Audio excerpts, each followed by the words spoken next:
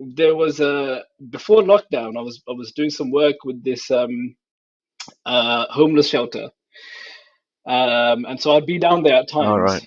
And from the front window of this shelter, there's a car park, and that's where all these guys. It's like in the summer Ah, anyway. They turn up and they'll play football and whatever have you, and like smoke weed and just they're just chilling, right?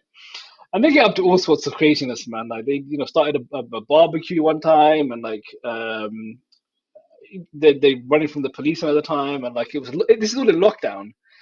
They're getting together and like it's just crazy, man. right. Yeah, and they're really like they just they cracked me up, man. So the feds Yeah. basically they were like, we can't get them on smoking weed because it's not a huge thing, right? On the scale of you know misdeeds, it rates pretty low. They In probably do fact, it actually, themselves as well. So they probably do it themselves, yeah, probably, right? And the thing is, in the UK, you can get away that's with it.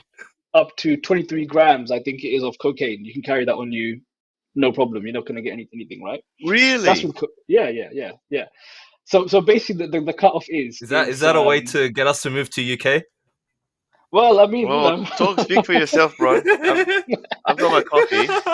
It does the trick for me. So well, far, as they so say, good. sadly, man, cocaine is just the coffee of the nose, right? So, by the way, is this all going in the podcast? Let me Probably try at this. this point, yeah. At this point, yeah, this is all going in the podcast. Anyway, so it's something like that, 23 grams of cocaine. So weed is obviously a lower class of drug, so you can get away with a lot more. So the cops basically were trying to figure out a way to get these guys because they couldn't get them on holding weed. So they realized it's a car park. They'd have to drive there, right, to be able to come and park up. And that's what they were doing. They were driving and parking up. So they started getting them on driving under the influence, right?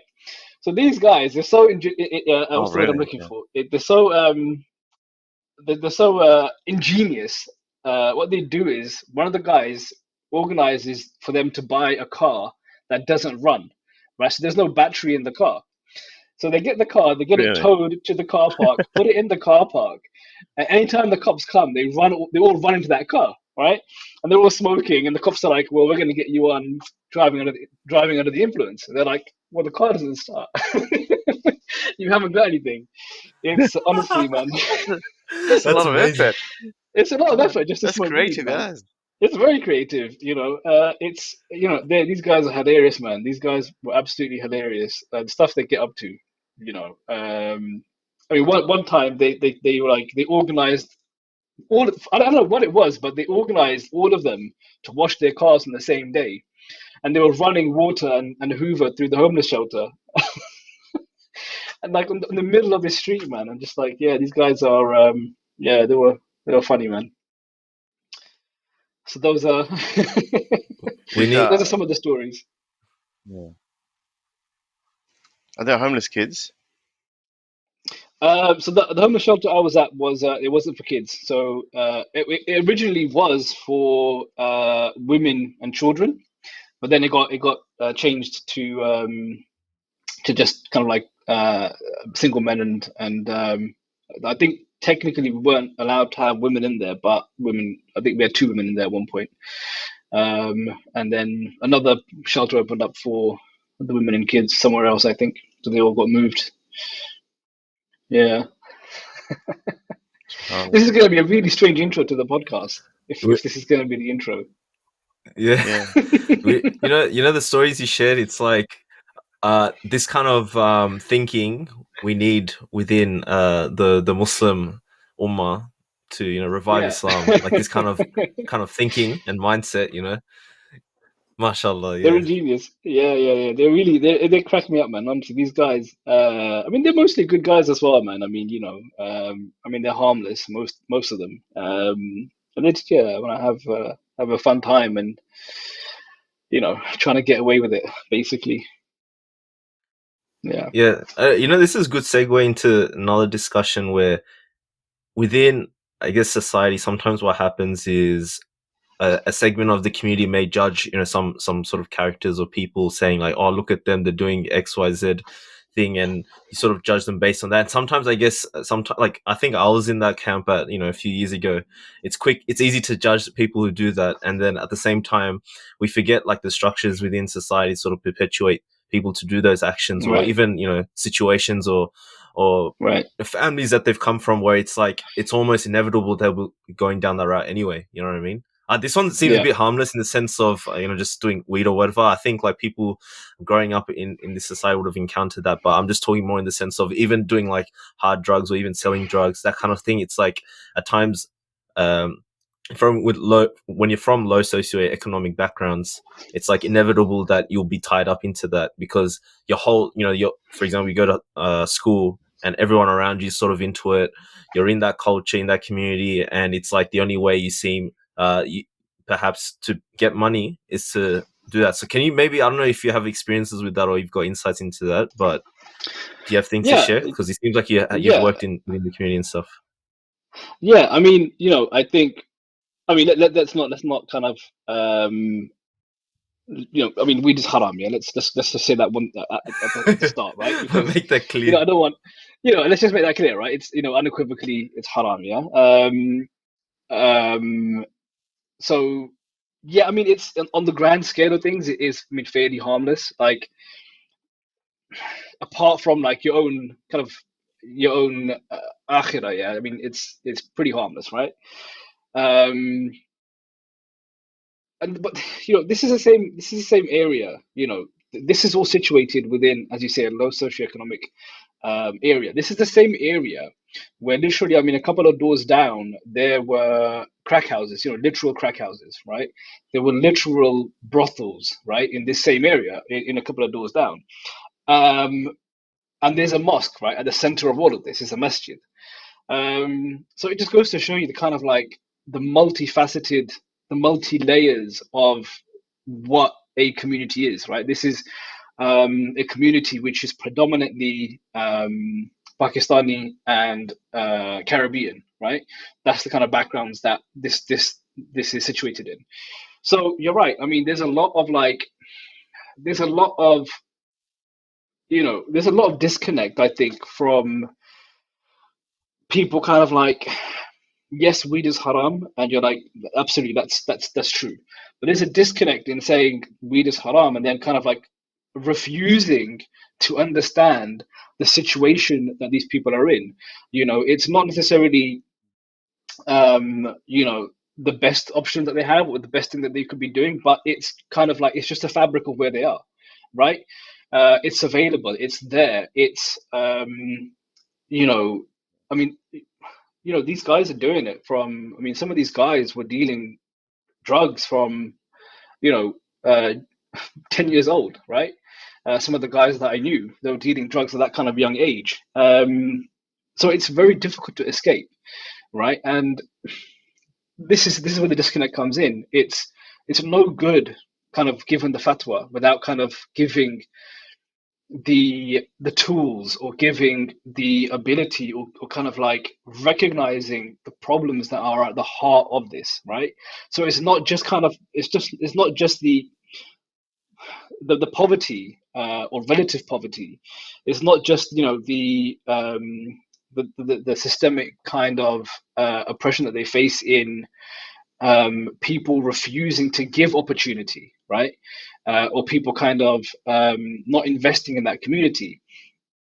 It's you know it's also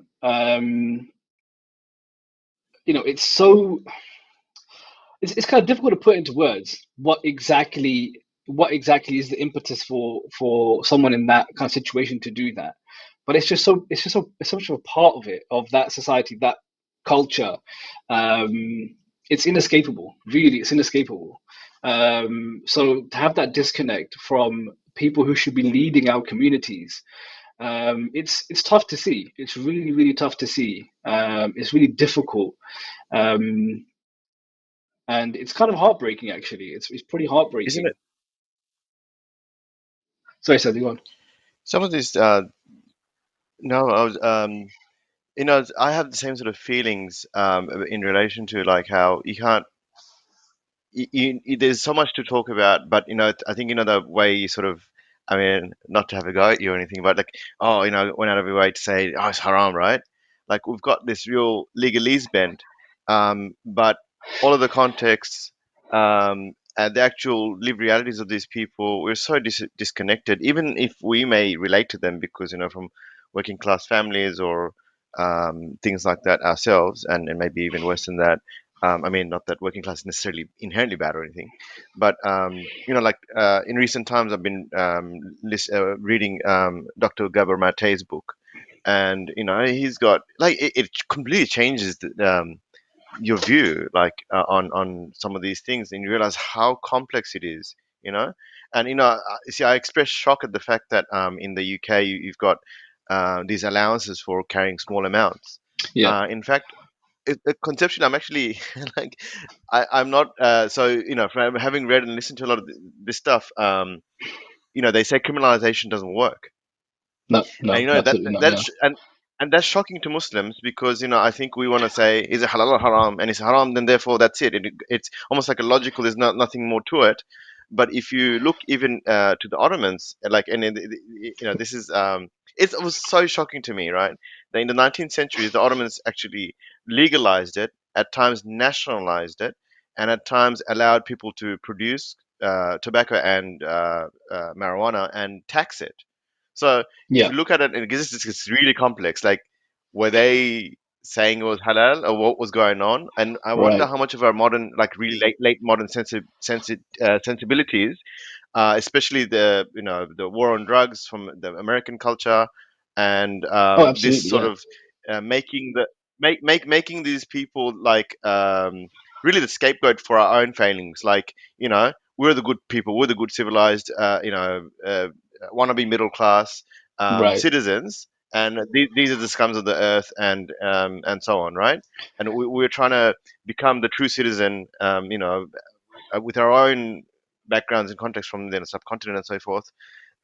Whereas they have it as if they ought to have their don't try not to use that word. They ought to have their things together, and that was terrible. If fail, they ought to I have don't it know. I together. think you covered Whereas, it quite well. sorry, So no, I thought you covered it quite yeah, well. they ought, yeah. Yeah, so no, I that really resonates with me.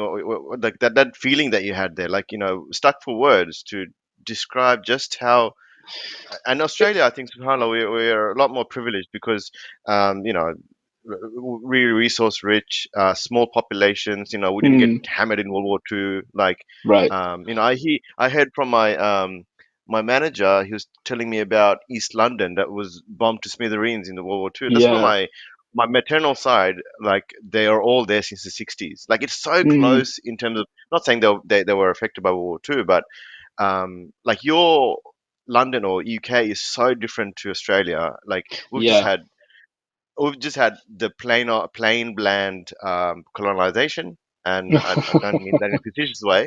I mean it's been to the benefit, quote unquote, of the people that came here and took Right. over. And you never had these contests. You never had Germany invade, all right? Right. So Right. subhanallah. Um, so there's so much to it, isn't there? Like even like I know that in the UK there's a lot more public housing than in Yeah. Australia, and then but since the Thatcher times, they've been privatizing, right, and Yeah. selling Yeah. off So I and mean, so it's on.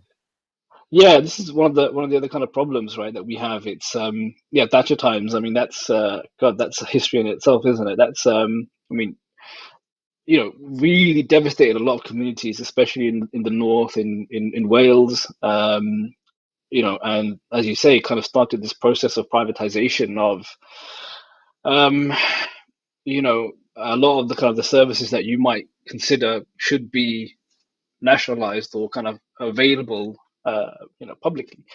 One of the kind of famous sayings about Thatcher is, Maggie Thatcher, milk snatcher, right? Because she, like, up until the period of her prime ministership, milk was available free to kids in schools, right? And she basically stopped that, and that caused a lot of when we think about poverty, we think I don't know what people think. It's I live through it, right? I live through it, and I can tell you, it's not.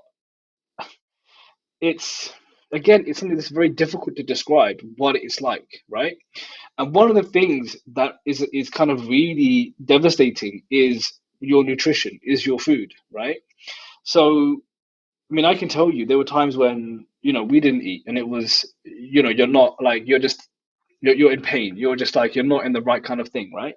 So to have something, I got free school meals, right, in school. To have that as a meal was it was a sandwich and a packet of crisps, and to have that was like it was like mana and salwa, like in terms of the kind of vegetative Allah. Yeah, yeah. situation. So for Sent Maggie down from Thatcher to heaven. do Yeah. that, It's a God exactly, sent. right? So exactly. So for Maggie Thatcher to take the milk from these kids, most of who needed it, and that's like a big source of nutrition for these guys, and like you're just like you don't need it. It's not, and it just adds another level of that systemic oppression that these guys face, right? You cannot succeed at school. You cannot succeed in bettering a situation Mm. without these basic necessities, right? And to come back to an earlier point, I think we're kind of alluding to, Well, yeah, literally which when you're is hungry. when you're hungry, you can't focus on these things. Your focus isn't getting A stars or good grades or performing academically or athletically in school, right? It's where's my next meal coming from? Um, and to kind of come back to an earlier point, I think we were kind of alluding to it, which is you can say things are haram, you can say weed is haram, and that's all well and good, and you Mm. can frame it within that and say it's a moral failing on your part, right? You are in a situation that you are in because you are morally lapsed, or you are morally kind of inadequate. You should have more. And the natural kind of following on from saying weed is haram is, well, you should have more taqwa, brother. You should have more sabr. You should have more. And to really kind of reflect on my own experience and the experience of some of these guys, it's like how much sabr do you want them to have? Do you know how much before you step in and say, actually, Yeah. the what should be basic necessities: food, clothing, shelter. Um, Mm. at what point do we provide that as a community? At what point do we provide that? Instead of the moral lessons. So that's it's I kind of it's all connected, isn't it? It's all connected. You can't take away the resources and the things that are gonna actually be useful to people in helping them succeed, and then question their morality, while at the same time actually harboring your own immoralities, right? None of us are morally kind of Mm. angels. We're not perfect. We all have our sins that we kind of indulge in the dark and the secret. Um, so that's always been kind of like very hypocritical to me. You know, when people kind of do that and say, well, it must be because I'm better than you. How are you measuring that? How is that? How true is that? It's probably not, right? Yeah, I think just to add my thoughts as well. Like, I think this conversation can go in many different directions, and I think for me, I'll just speak to my own sort of personal experiences. Like, alhamdulillah, I lived like kind of middle class family for pretty much my whole life. Went to good school and pretty much got like. So I tell this to a lot of my friends. It's like it was me naturally. I was never like a quick learner, I guess, at school, but at the same time the only reason I was able to do well, alhamdulillah, for majority of my sort of schooling life is because I had so much tutoring, um, Mashallah, supplementing yeah. my school, and I would be like 2 3 years. For example, in year 7, when I'm in high school, I'm basically doing year 10 maths because I was so ahead with my tutor. whereas that naturally means that I'll do well in high school, right? And so all these privileges you sort of have, like, like, I guess our parents and my parents, sacrificed a lot in that regard, but at the same time, it's like when you're middle class, you can afford these things, and so you never really taste like what it is to struggle, in the sense of, for example, someone from a low socioeconomic background or trying to do well in studies, you can never really try to understand like their struggles. And so it becomes really like disappointing or frustrating as well to see people just kind of point the finger back at them, like, no, you aren't doing this correctly, and no, why aren't you doing this the way that I'm sort of doing it? Whereas, it's almost two different worlds in some sense. Like for me, I just come home, I pretty much had everything I wanted and all the kind of luxuries that I wanted. I guess, toys and stuff, I got that, alhamdulillah. So it's like, in that sense, it's like, why do I have any sort of, say in the sense of policing people's morality in that sense, when I pretty much had it comfortable my whole life? It was sort of given to me. So it's like, I don't know, I think like what you're sort of alluding to is kind of understanding the realities around us. For people who come from low socioeconomic backgrounds, like, we should be more understanding of that, rather than kind of point the finger, be like, hey, this is haram and halal, and why aren't you doing this way? And that, it kind of is devoid from reality, right? We're sort of, the conversation only becomes in the realm of abstract. You get what I'm saying? Yeah, that's right. Yeah. Well, the thing is, I mean, there is so much trauma in our communities, and as far as my perspective, even someone like yourself, maybe not like yourself, but someone from that kind of middle class background, you have that trauma, and to say to someone from a lesser, kind of socioeconomic background, that something is haram or something like this, that is in itself a trauma response, right? From my perspective, it's it's kind of like securing your own position, right? You're trying to kind of like soothe yourself in a way, by saying what you're doing is haram. You don't deserve what I have. I deserve it because I don't do that, right? You may do 100 other things that are kind of sinful, but you don't do weed, right? You don't do but it's all these kind of like minutiae, right? It's weed. It's driving down the road with your music blasting, right? It's wearing. I mean, it gets to a ridiculous point. It's wearing sagging jeans, right? Well, the Salafi equivalent, not wearing your below your ankles, right? You're not successful because you wear your jeans below your ankles. I mean, it's when you say it like that, it's absurd, right? Or it should be absurd to any kind of reasonable person. So it's not even necessarily like haram and halal. It's these minutiae, and it's just as much a trauma response, I believe, from people who are kind of trying to secure that position for themselves, i.e., the religious, the pious, the even someone from the middle class, as it is, for that person from, someone, from a low socioeconomic background to do weed. And by the way, let's be clear again. I mean, it's not the case that it's only the poor that do weed, right? It's that's a very, very common drug. I don't know about in Australia, but I mean that's something that is done, in all circles, right? And we were talking about cocaine earlier on. I mean that's something that's done exclusively in kind of the richer circles, right? Because that's such an expensive drug. So it's not. We are talking about it in the context of those socioeconomic background, but it's not something that is only done in those circles. It's let's be clear. Let's expand that discussion. Let's expand that and say actually it's done by everyone. We just happen to police, and we just happen to moralize when it's the downtrodden that do it. Right? In the same way that blasting music down the street in your car, we happen to police it when it's someone we who is downtrodden, right? If somebody driving a Bentley, whatever, right? Some rich stockbroker did it. You'd be like, wow, that's what a successful guy. Let's applaud him. As is very often the case. I wanted to quickly ask as well. because it just had to your point. From my own experience, even because you touched on like music, it just kind of tied to the situation. Like I've had these discussions with a few of my student of knowledge friends and even other people, where it's like, hypothetically speaking, there will be a Muslim coming from low socioeconomic background and maybe tied up in these kind of, could be like, I don't know, gangs, or it could be drug dealing, etc. And what happens is, for example, the ruling on music, they talk about it being haram, and doing actually not, sorry, not just listening to music, but I'm talking about actually becoming like a proper singer or artist or rapper, right?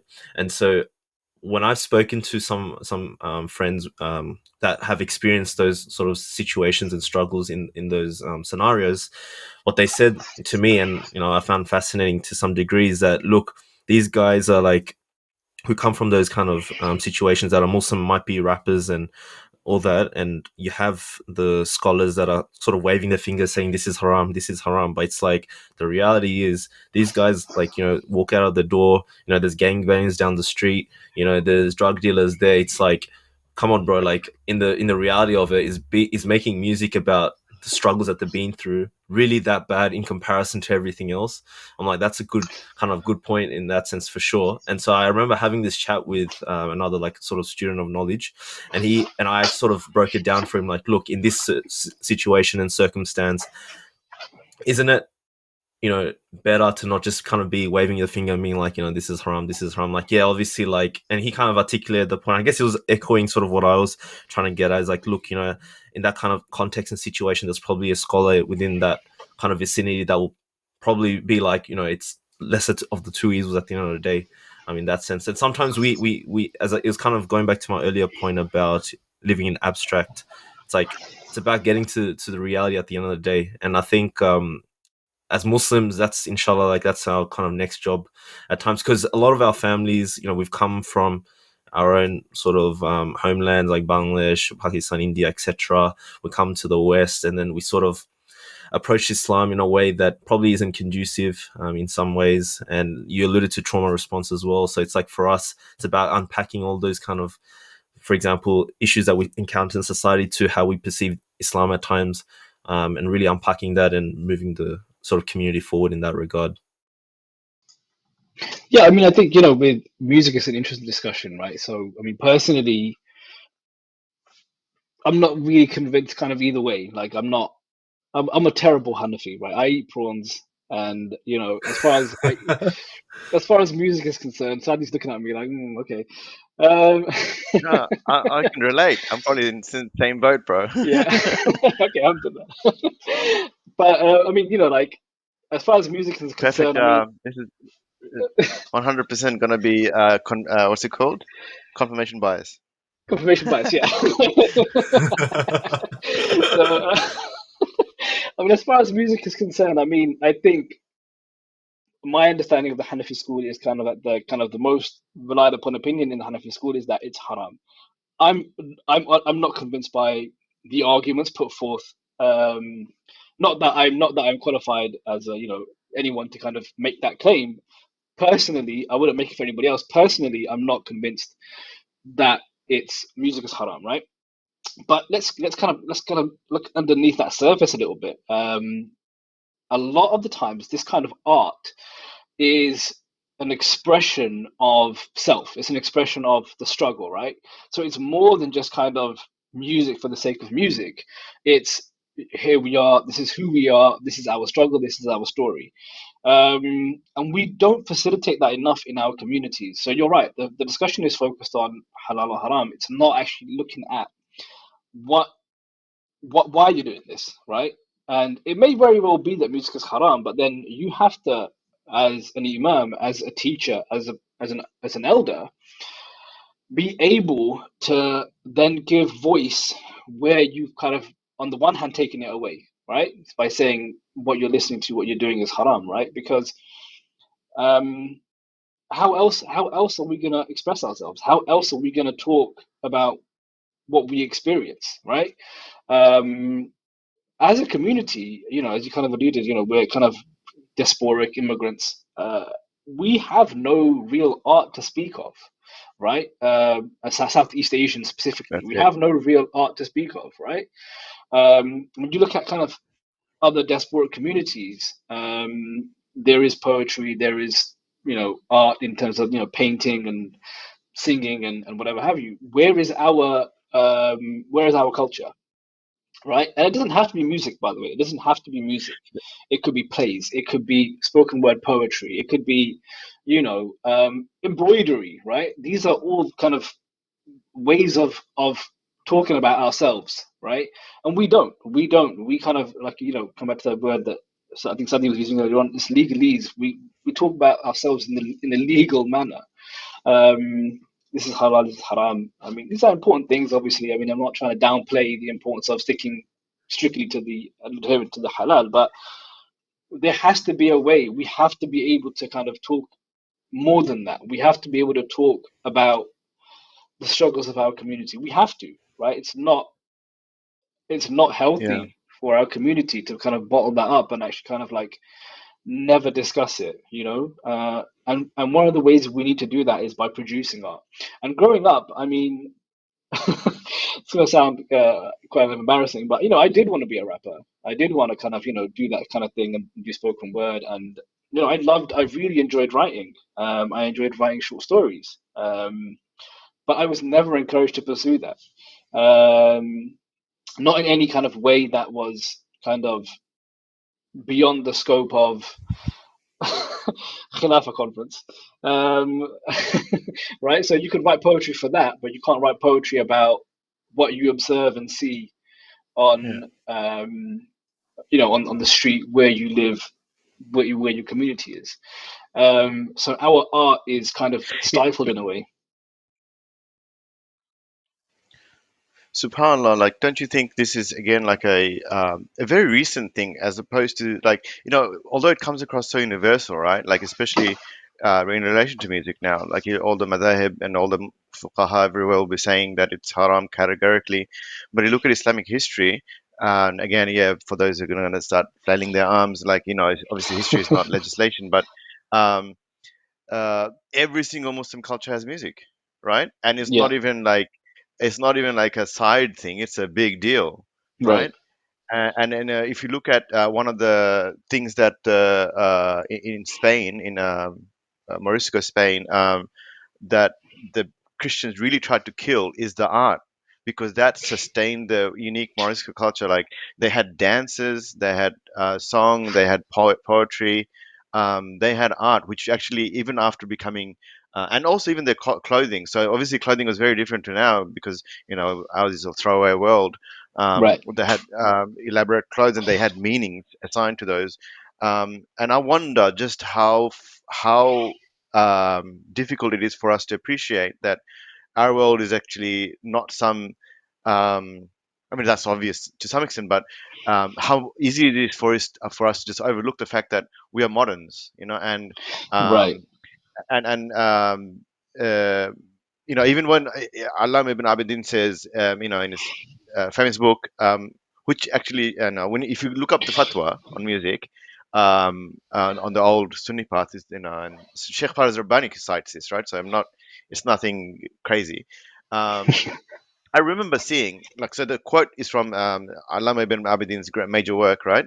Um, his Rad, and he says that music is no good, and something, not none of those words, of course. And then he says, but you cannot blame the Sufis for their use of it.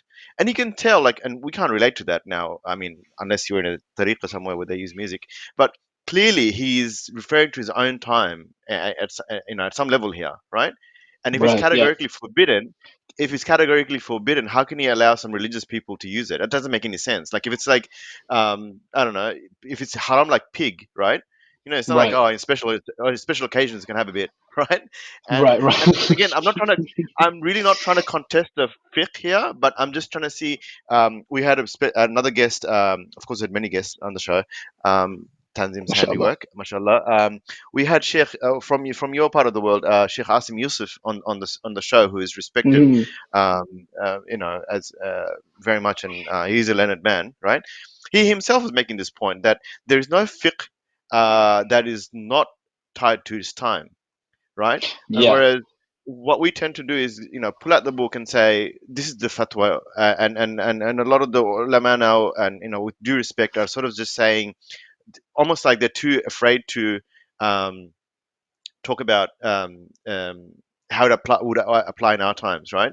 And then I think the most recent, the one we're sort of familiar with, is probably Sheikh Abdul Hakim Murad's attempt recently to, especially in your context of Europe and Islamophobia, Mm. of how Islam fits. That's a huge discussion. Islam belongs in Europe. That's his one of his central thesis, right? Whereas, and this is, I want to actually ask you to talk about your let's not. This is how I rope you in, to talk about your thesis and your research, right? How so Sheikh Abdul Hakim Murad says that Ishmael belongs in Europe because as in Muslims, Yep. and as opposed to this idea that we are from the subcontinent, we are from Middle East, and we are apart from the people, local people. We are apart from Right. this land, and he makes a bigger case that our religion is always about going out. Like Islam didn't exist in Asia, Islam didn't exist in Africa, but now it does because we saw it like it's our place, and the whole earth is the masjid, and so on. And so, in your research, I understand that you're looking into how women in particular preserve tradition. I will obviously not put words in your mouth and let you Yep. speak about that, and maybe you can entertain for us how that works. So Yep. Yep. whilst we've got this like sort of legalese outlook, but at the same time, um, we are preserving it through some notions of tradition, right? Women wearing the sari or the hijab, whatever. So Right. can you tell us about that? Yeah. So I mean, look, the first thing I want to say on this is, if you have no culture as a community, you may as well not exist, right? You have no footprint in where you are, and that especially relates to us in, where we are in Australia and the UK in diaspora communities. If we have no culture, what are we? Who are we? We may as well not exist. Really, right? And then what happens when in 100 years or 200 years when we move on? What is there left to represent us and what we experienced and what our voice was? So that's the first thing. That's kind of like the broader kind of context of why culture and art is so important. So to come to your question more directly about how art is preserved specifically, or culture is preserved rather, specifically through women. I mean, so my kind of research is on partition and creating nationalisms. Excuse me, creating nationalisms. So if you think about it, in 1947, you had this idea of India, but not really India in the way we think about India now. It's India in this kind of multi-state. You still got like some Nawabs here and there. The British are still kind of there. So it's a very different India, but you have an idea of India, and it's beginning to become sort of nationalized, right, under the leadership of Nehru, Gandhi, and Savarkar, you could argue as well, like the RSS. And then you have 47, you have partition, and you have effectively actually four nations born out of that, right? You have Pakistan, India, but you also have Bangladesh, which will kind of begin to assert its own identity even before 1971, right? You guys have your own culture, you have your own language, you have your own way of dress, your own poetry. I mean, even like to your own Gwali, right? These kind of things, right? Which is not surprising at all, right? And then you have Kashmir as well, right? So Kashmir is kind of like it's often left out of this discussion of these nations because it's kind of like taken as most people just take it as it's India or Pakistan, right? So it's not Kashmir has no self will, right? Has no it's and that's what people think. Kashmir is its own thing, and again has its own Just a culture. side note, as just as a side note, ironically, I understand that Kashmiris actually do want independence. They don't want to be with either side, right? Well, yeah, this is That's what this is the like that's what, yeah, yeah. When I was studying, this is one of the shocks to me as well because you're always told Kashmir banega Pakistan, right? This is the quote. This is the which translate means yeah. Kashmir will become Like, Pakistan. And I've always read Yeah. that as very kind of like ominous and very threatening, like Kashmir bunning up Pakistan, right? You're like, by crook or by hook, right? Yeah. It Um, shall be made. it shall be made Pakistan, right? Okay, if you say so, right? But you're right. They have, and this isn't a nationalistic kind of like in kind of the parlance of the vernacular of the traditionalist. I'm gonna come off so bad in this in this episode, right? It's the traditionalist. Is astaghfirullah, brother. You can't have nationalism, right? These are people who actually were kind of like quite Islamic, quite practicing, and they were like, we want to be able to kind of decide for ourselves where we want to be, whether that's by ourselves, whether that's with India, or whether that's with Pakistan, right? And really and truly, I mean, I think a lot of Kashmiris would kind of, despite the myths that go around, so we're going on a huge tangent, but despite the myths that go around, I think really and truly, they would want to be an independent kind of nation, right, with ties to Pakistan as kind of the closest, Muslim country. Anyway, coming back to the main point. So it's you have these four nations that come out of Pakistan, but what does that mean, right? So you know, especially in 1947, when you have so many people from these countries outside of the country, right? So you have a lot of Southeast Asians in Africa, right? You have a lot of Southeast Asians in Guyana, and Trinidad, what is now Trinidad and Tobago. And you have a lot of Southeast Asians in England, right, and South Africa and other places as well. But there is a huge population outside of um, of the subcontinent, right? Let's just phrase it that way. The subcontinent. Um, so when you say these nations were created, what does it mean for these people who have been moved forcibly by the British through mechanism of the civil service or through mechanism of, education or whatever it is? What does it mean for them? In 1947, on the 14th of August, when you say, Pakistan has been created, people from, let's say, my kind of neck of the woods, Pakistan, Faisalabad, someone from there who's living in London, what does that mean for him, right?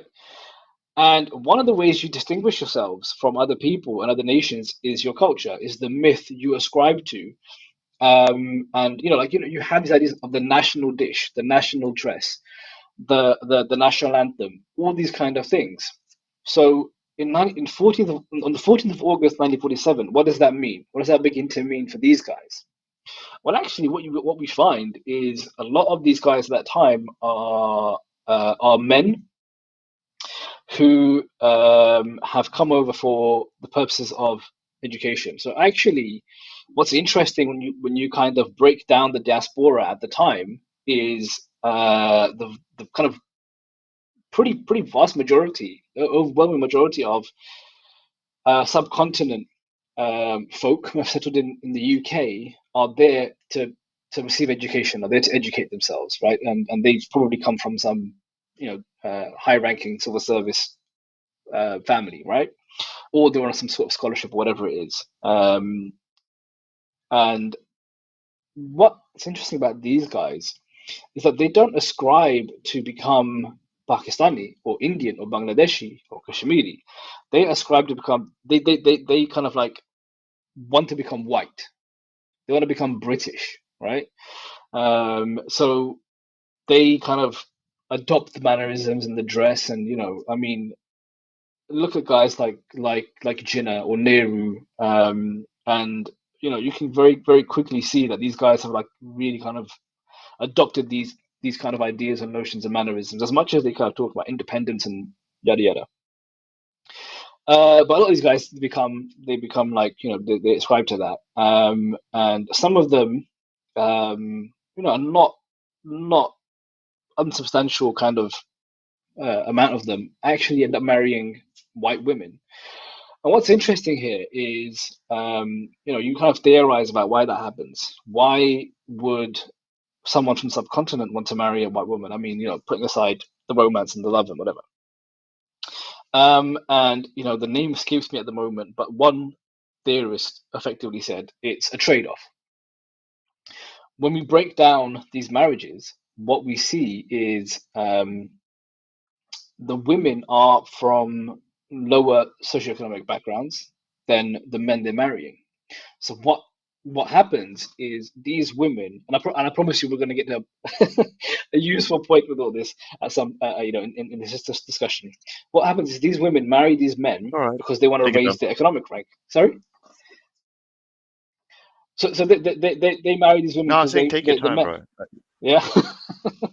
So I've got a bad habit of going off on Yeah. like crazy tangents. So No, this is really interesting. No, no, no. um, This is yeah, great. good. All right. um, so yeah, they want to raise the economic rank, the class status. So they marry these men who are educated and are in high paying jobs, respectable jobs, right? Doctors, lawyers, etc. And the men marry the women because they want to raise their the kind of like racial profile, right? So they want to kind of again get close to that white that kind of white you know like ideal, right? They want to become white. So they reason if they marry a white woman that by kind of the transient property or by proxy or whatever it is, they become whiter, right? It's a trade-off. So naturally, these guys, these people who are now Pakistani, right, are not actually Pakistani at all. They're effectively white and see themselves as British, right? And that's on the one hand, it's unsurprising because up until 47, up until independence and that kind of movement, they were effectively British citizens. So after I forget the exact date, but it's an Aliens Act, right? And I think it's something around just after about World War II, just after World War II, right? There's an act called the Aliens Act, which basically says everyone in the Commonwealth, and specifically kind of referring to subcontinent and Sri Lanka, is now a British citizen, right? So it's unsurprising on the one hand that they view themselves as British, right? But they completely buy into that. They completely buy into what being British means, right? You know, suit wearing, top hat, tally ho, all the rest of it, right? Um, and so that's what they're doing. These Pakistani men, that's what they're doing, right? At this time, right? Later come these men who are kind of more economic migrants, right? So you have waves of the diaspora, right? And there are different types of diaspora. You have your kind of refugees, your economic migrants, your imperial diasporas, right, which the British were when they colonized the subcontinent, and so on, right? So the second wave of this diaspora, these men come to kind of work, and they leave their families behind because again they think, we've all heard this story. We'll go earn some money, and then we'll take that money, head back, and we'll build ourselves a huge mansion in Pakistan or India or Bangladesh, whatever, and we'll live out the rest of our days carefree, which never happens. Because you become trapped in this kind of like cycle of sending money back, and your family's growing, and you become responsible not only for your immediate family but your siblings and their family, um, and the khala and the pupo and the whatever, right? Whatever else it might be. So you never get to a point where you're financially stable enough to ever move back. And then also you have families that, like, it's not actually again uncommon for these men to marry white women. They might have already married back home and then marry white women here and have families here, so they want to stay for those families. But mostly what happens is these guys come over and they eventually bring their families over, right? So this is the next wave of the diaspora. It's the family reunification diaspora, or the family reunification immigrants. They come over, or they get married back home and bring their new brides over. And again, they have the family here, and they're like, "Well, we're completely settled now, right? There's no point in us going back. We're settled. We're here, and we're not really going to end up going anywhere. Maybe in our retirement we'll head back." So you can see, right, up until this point, that there is never a need. A need doesn't arise for these guys to ever create a culture which is Pakistani or Islamic, right, or Muslim. They don't need to. They live that first wave, the kind of highly educated. They don't want to. They don't ascribe to that. They want to ascribe to become white, right? So their culture is that. That's their culture. The second guys who are economic guys, they're like, they're busy working. I mean, some of the stories you hear, working close to like 20 hours in a day, and then coming back to a house which is packed full of 20 or 30 other guys, and they take it in.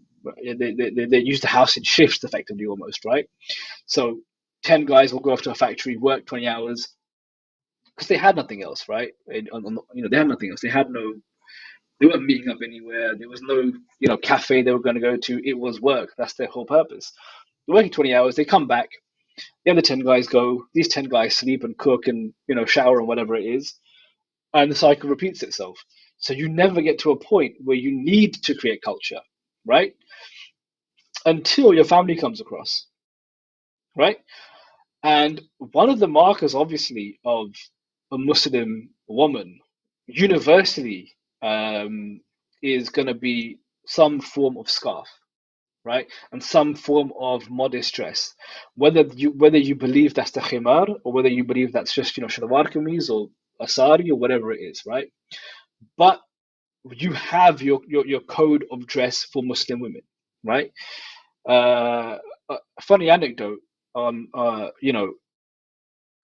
just to kind of like demonstrate how much men can actually kind of mask themselves, disguise them, not disguise, like I think that's the wrong word, or kind of like transition between being brown and Pakistani and being kind of like white, or white adjacent. A lot of these guys were wearing suits. Um, and I remember one of my really close friends. I was chatting to his dad one day, and he was like, "Yeah, we all used to wear suits. We used to go down, and the way we did it, we couldn't afford the suits. The way we did it is back in the day. Burton, I don't know if you have Burton over there in Australia, but it's a kind of like high street clothing brand like Topman or whatever, right? Similar to that. He goes, back in the day, Burton, you could walk in there and you could buy a tailored suit, right? You could go and order a tailored suit from this shop.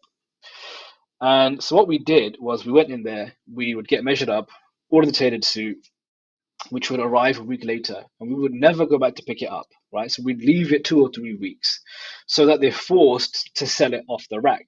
At that point, we'd send one of our friends in to buy the suit cheaper than you would if you bought it tailored, because it's not tailored for this guy, it's tailored for the other guy. So they buy it cheaper. And this is how they used to do these things, right? Uh, but they were wearing suits. They weren't wearing shalwar kameez. There was no shalwar kameez for men at the time, right? It was suits. It was as we call it, shirt pant here. Um, uh, so that they had no need ever to open up Exactly. a shirt pant. Yeah, they had they had no need ever to open up Can I these. add something quickly? Sure. Sorry, can I add something quickly? Because it's really fascinating that you brought this up. It's because the other day, my mom was actually telling me stories about my dad. Like, when they were like new to Australia and newly married, my dad would actually wear a suit literally everywhere he went. So this is like a really interesting phenomenon in that sense. Like, full suited up. Like, even those kind of simple kind of get-togethers between families I and mean, um or if you went to like a formal event or anything like that, my dad just always wore suits in every Right. occasion. So that was really interesting. You brought that up. Yeah. in fact, I mean that's still. I mean, I think a lot of people can relate to it. Like, especially in the subcontinental people from the subcontinent. Like, my dad never ever wears a t-shirt. Like, it's just not part of his wardrobe. And he would never wear jeans. Like, he's never worn jeans in his life, I think. So it's always been shirt pant, right? With perhaps with the accent. And that definitely is a marker of him moving to the city from the village, the urban, and so Right. on, and so on. Um, and I was going to say that the fact that we wear t-shirts, in fact, all three of us are wearing t-shirts. I wonder, Yeah. like, this is us probably being more comfortable being close to whiteness, like now, right? Like we're not we're Yeah, not making that. It's almost like we've blended in, like we're not having to really contrast ourselves. Or make a big as much of an effort. Like, you you'd don't be need to able be to the good better immigrant. read this. Yeah, sorry. So you don't need to be the good immigrant or as good an Yeah, immigrant as they were. that's right. Yeah. Yeah, yeah, it's interesting. It's interesting. I mean, yeah, I mean, all these old timers still. I mean, they still wear. Another funny story. There was an uncle who goes to my local masjid, and he always wears suit, boot, shirt, pant, yeah, everywhere, right? A blazer, like everywhere. So one day he was wearing this into the masjid, and we were sitting there, and like, I can't, we were just like, as you do, right, in the mosque, right? And he's at the back of the mosque taking off his shirt band, and underneath he's got a shalwar kameez. Because he's like, no, in the mosque you wear shalwar kameez, right? Outside you wear literally he had the shirt, Right. the whole thing on, and then he's taking it off, and it's like Superman in getting changed. So yeah, it just that distinction, right? It just goes to show you that But distinction. subhanallah. Yeah, Yeah. it goes to show I that have a distinction, right? my when I used to work in accounting, we had to wear it. But alhamdulillah, since I moved out of there, it's not imposed anymore. And also just in the last 15 years, and young Tanzim won't know, you couldn't have a beard 15 years ago in Australia. You were literally seen as very Muslim. It looked very Muslim, right? It was very Mm, distinct. I, Whereas now it's like I, fashionable to have I, a I beard. I kind of had that experience because like all my like kind of aunties or family members would Oh be yeah, like, make from the sure subcontinent. Yeah, yeah, they'll be like, make sure your beard is as short as possible. Or don't even have a beard actually, because you're not going to get a yeah. job here or something. Like I always had We that we growing had up. I mean, I remember going to an interview and them being surprised that I've turned up to an interview with a beard. really, It was much shorter than this, much shorter than, yeah, yeah. And like it was expected you'd be clean shaven and so on. And I had that too. And whereas now, because it blends in, and this is the other thing, like subhanallah, even if you have a beard, that's not a necessarily a cultural thing. It could be a fashion statement, right? Now. right?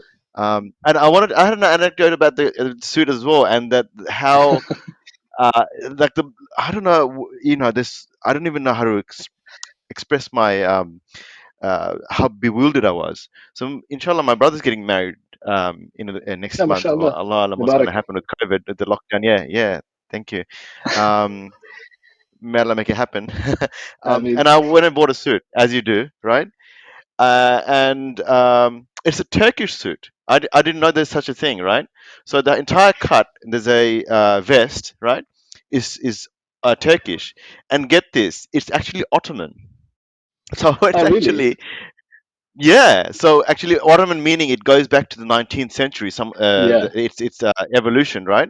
So the Ottomans, they adopted French, even all the way from the Sultan down. In the part of Tanzimat, they adopted French and British suits and fashion, right? And right. so it Yeah, actually had an effect on the local population. And actually, it made so much sense of why there are all these suited up men, oldies in Turkish mosques. I'm not sure what it's like in the UK, um, mm, but it just looks like they came from the offices, but that's what they wear all the time. And I realized yeah, this is actually it's the other way around. Like Muslims adopted Western culture, went out of their way to do that. Whereas now you may say, it's sort of become universal because of globalization or whatever.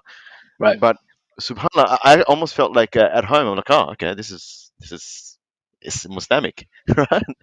And isn't it ironic? And maybe you can make sense of all of this for us. Easy job, right? Which is that Well, how those younger, I mean, talking as if we're old as maybe we are. Tanzim is not, but so he would know. Um, that those student of ilm types and so on, they go out of their way to make a statement by wearing a thobe, or right. they, of course, they do it with sincerity, and they think it's sunnah and so on. But then you'll have people like Sheikh Abdul Hakim Murad really decrying that, and he has good points when he makes that. Ibn Taymiyyah and others, Imam Ibn Taymiyyah and others said that you shouldn't stand out like this. If you go to a land, you should wear their clothing. And the libas is by description. And so, Mm. like, what like how the turn of, I mean, how the times change, right? And like there's so Yeah. many overlaps. Yeah, yeah. Well, this is the thing, right? This is the thing. So going back to kind of like the main point, which I hope will make sense of this, is well, let's lead with this question. Your aunties, right? The aunties, have they ever worn a suit or anything kind of remotely Western? It's unthinkable, right? It's unthinkable that they would do that. And again, that strong kind of codification of the Muslim woman's dress, right? You're not, as a Muslim woman, you're not just marked by, I say this in an essay I wrote, you're not just marked by your skin color, you're marked also by your dress, right? That's a giveaway. It's a complete giveaway. Um, and so what happens is when these guys bring over their families, they're like, oh no, right, we actually need to now figure out a way to clothe them. They cannot go down to Burton and do the hustles we're doing and wear, skirts and, blouses. That's not going to happen. So where they live, they begin to create these cultural and economic centers, right? So I don't know what it's like in Australia, but here in the UK, there are certain streets in cities, right? So like Green Street in London. When I say Green Street in London, everyone, South Asian in the UK will be like, yeah, exactly. I know exactly what that is. Southall, right? Exactly. I know exactly what that is. Alum Rock, right? These are all roads. These are all streets in London. In cities in the UK. Alum Rock is in Birmingham, which have been kind of completely, um, taken over by South Asians, right? To cater for their clothing, to cater for their culture, right? So it started off that way. It started off in the need to have somewhere where women could buy clothes. So they used to import yards of cloth.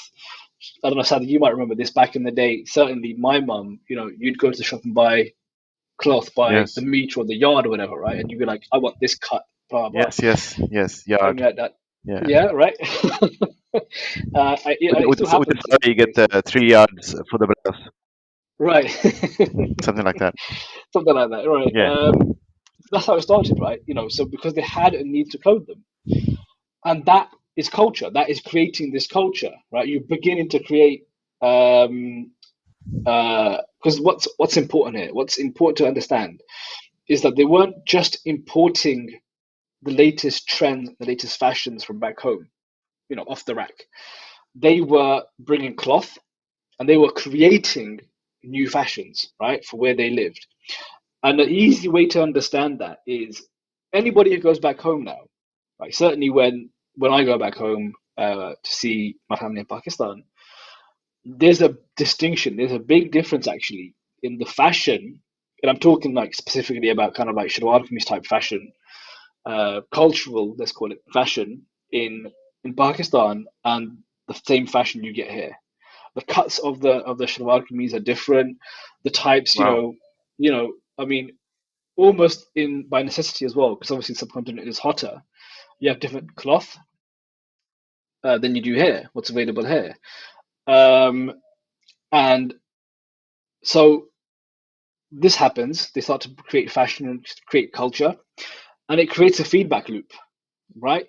So it's like the Pakistanis in Pakistan are like, well, what are the Pakistanis doing in London?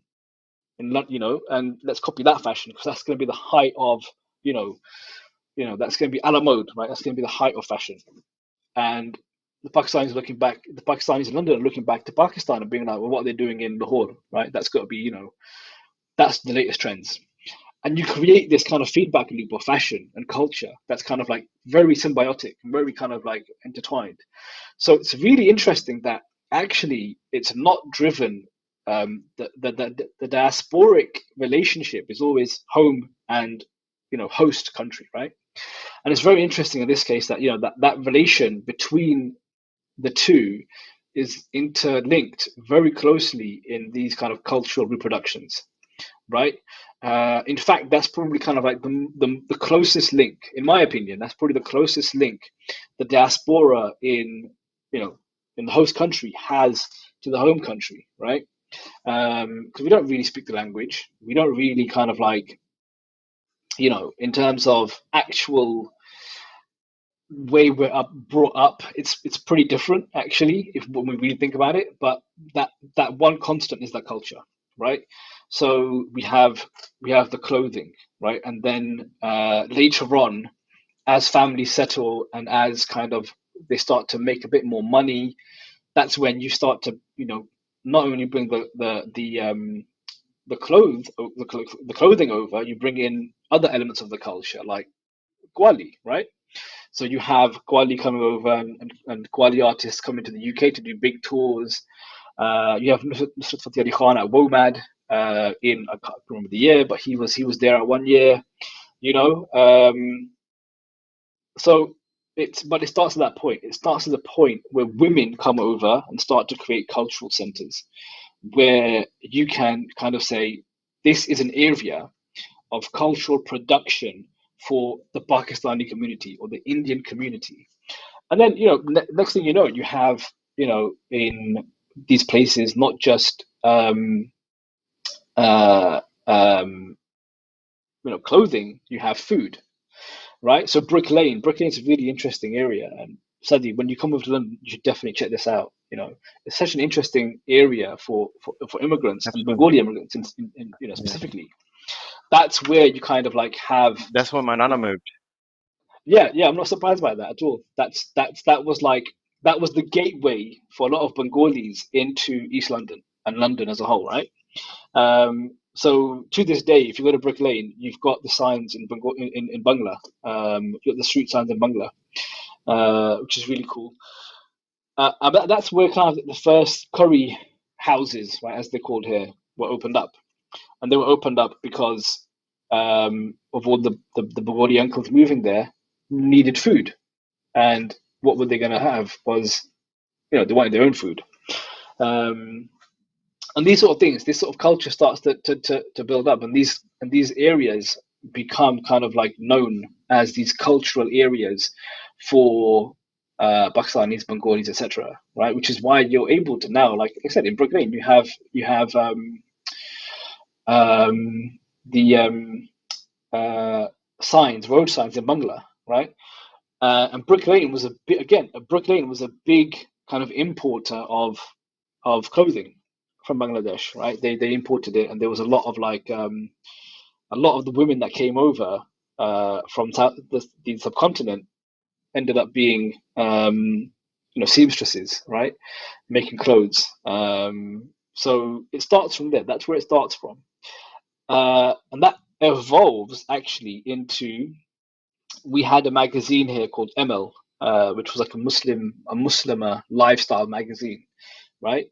And that was all about the Muslim Muslim woman's culture, right? And what that was all about at that point, which was kind of like, I think it was late 90s, maybe early 2000s. I don't remember the exact dates, but you have magazines like this catering specifically to Muslim women who are producing and consuming this culture. You don't have an equivalent for men. You just don't, right? Because again, we're more culturally fluid, right? We're able to kind of blend in and wear the suits and the band shirt and now the t-shirts and jeans a lot more fluidly and a lot more kind of comfortably within the kind of ambit of our own identity. So we can say that we're still Muslim or we're still Pakistani or Bengali, whether we wear t-shirts and jeans or whether we wear traditional dress, right? So it's this kind of cultural production is driven by women, right? It's completely driven by women. It's not the men that do this, right? If it was just the men, I would kind of say I would think we wouldn't have much of our identities left. frankly, if we're in the diaspora. It's Muslim women and their needs that drive this. So I don't know if that answers your question or not about kind of where we are No, now. definitely goes a long way. Yeah, it's very clear. I mean, look, Tanzim's got a boys in the cave logo on his T-shirt. Could you pull that off on a women's Western dress suit? I wonder. Would that look as? What would that look like? No, that I'm not trying to be petty, but No. Subhanallah, we don't appreciate, and um, my fascination with the idea of us being moderns. I think what you mentioned before was so fascinating. How you know the we got close to whiteness, so to speak, the men, it seems, and Yeah. that was appealing enough, or it made the white woman um, she could relate or something, as they're getting married and so on. And then Right. the other thing that what was it? It has slipped my mind now. Allahumma salli ala Sayyidina Muhammad. Yes, it has slipped my mind. If I remember, That's right. I'll mention it. But Yeah, we'll yeah, come back to it. yeah, oh yeah, this is it. Yeah, that like modernity or the modern subject, which is something else I'm fascinated by. It Yeah. privileges men, generally speaking, right? So that's why it's no surprise that we have sort of men have we have it both we have the advantage of both worlds, like being because we're men, then we could be labor, we could belong, right? We're not the family that you bring along. We are the input into the economy, right? We are, when my granddad went, Nana, maternal granddad, went to the UK. He went as a labor, and he worked in the Goodyear tire factory, because Britain lost so many men in World War II, right? So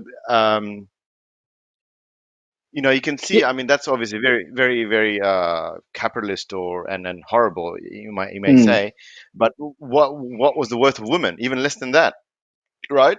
And what you mentioned about it's not even polygamy, because there is a very scandalous. I mean, look, I don't know about the details of this, but my mum mentions that, and you know how it is when um, aunties talk about things that are there's a little bit covered in shame and so on.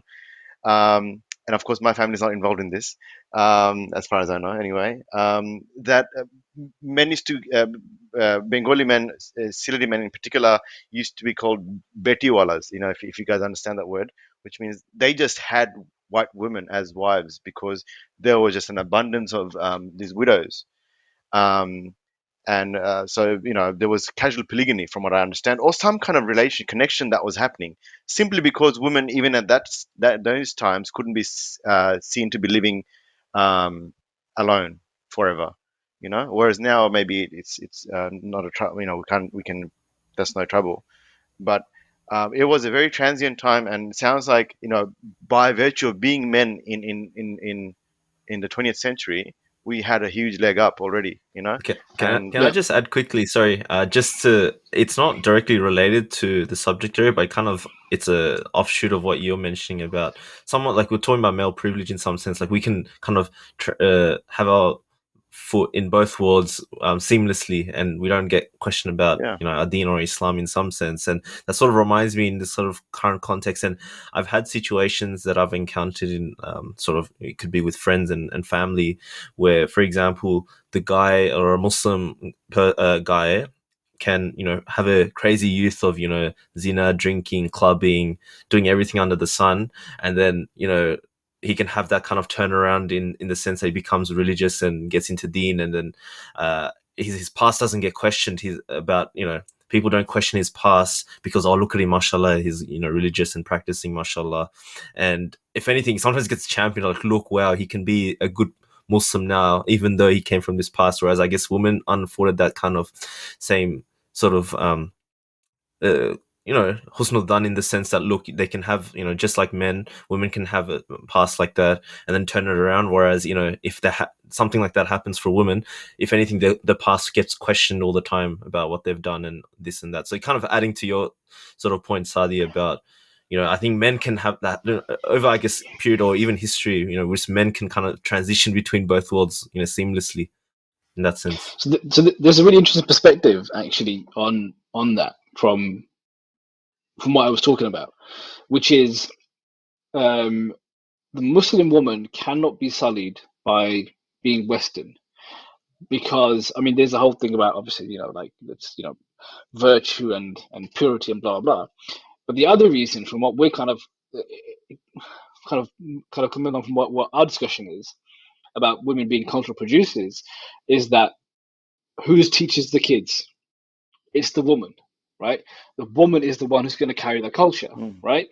It's never the dad. It's never the dad who's going to sit down and like, teach you Quran or teach you your native language or whatever it is, or to encourage you to go to the masjid. It's always the woman, right? I mean, that's certainly my experience. That was certainly kind of the experience of people who I grew up with. And when we kind of observe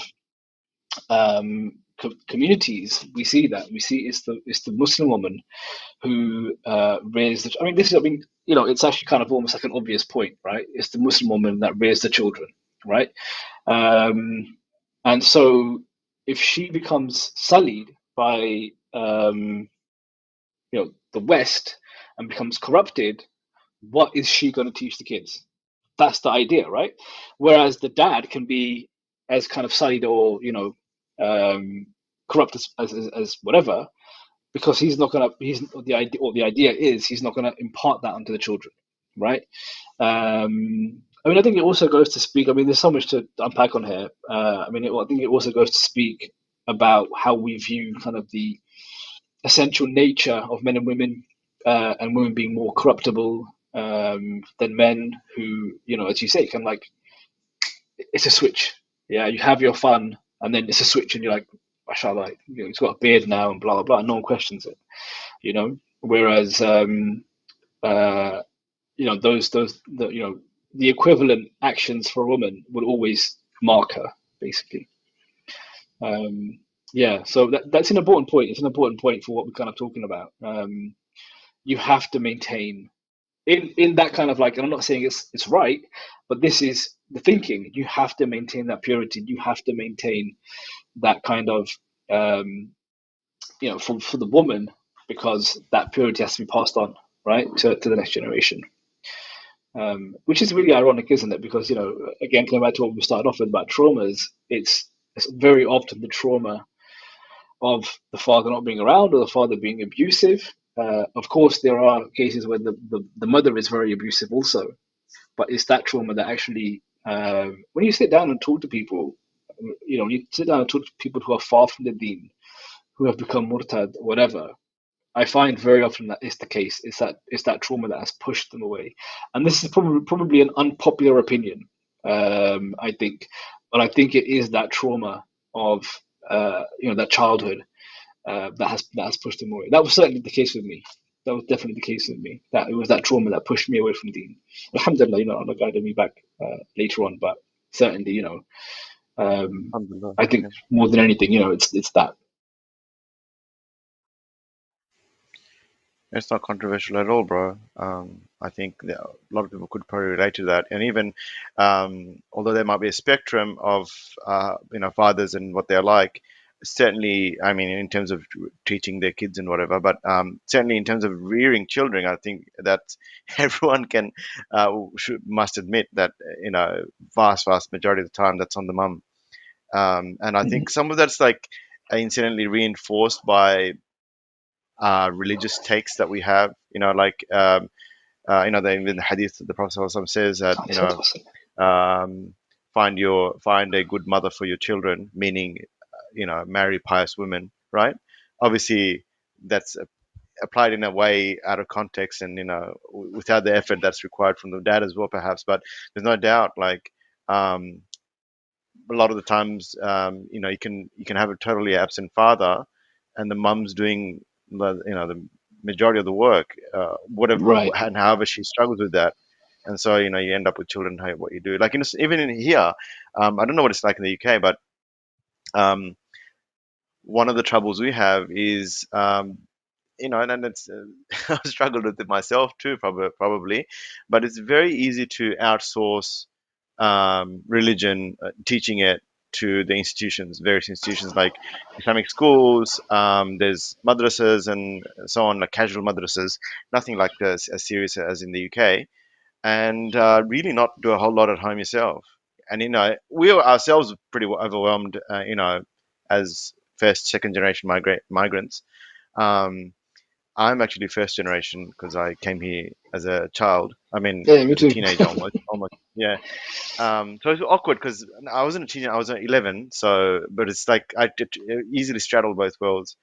But I don't know if I'm making a coherent point here, but am I ever?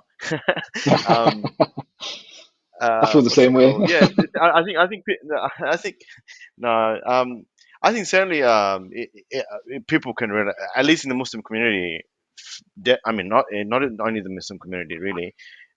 Child rearing is so much on the mother. In Australia, there's a debate around, you know, a lot of these sorts of debates, and working at the Census Bureau, Statistical Bureau myself. These are the things that people look out for, even in the census, that it shows that women still do the lion's share of housework compared to men, even in, you know, as late as 2016. And our next census is this year, so we'll see what's happened to that. Yeah, you know, despite so much progress, quote unquote, you find women are still invested, or burdened rather, you know, with that. Um, Yeah, which shouldn't be Very the case. It lopsided. should be, especially as it, you know, as it relates to, It's lopsided. Yeah, yeah, especially as it relates to kind of raising children. It definitely shouldn't be the case. You know, it's we cannot recuse ourselves from our responsibilities to our children. You know, yeah, and I can't believe, you know, honestly, I can't believe anybody would want to actually. You know, kids are amazing. You know, I love my kids, and I just can't. yeah, I can't believe anybody would not want to spend time with their kids and actually kind of like, you know, just play with them. You know, it's baffling to me. It really is. Um, but I think, yeah, we do. We have that tendency to kind of like, you know, because we're so, or because the early generations perhaps were so kind of culturally removed from who they were, you know, and it was like, well, let's just let the woman do this, you know, because they're more tapped in or whatever. I don't know what it is, what the thinking was. It's kind of difficult to ascertain, but I mean, certainly that there probably is kind of like elements of you know, patriarchy and kind of like it's the expectation. But I think also there is that kind of thing of like, you know, it's she's going to carry the culture, and so just let her do it. I believe. yeah.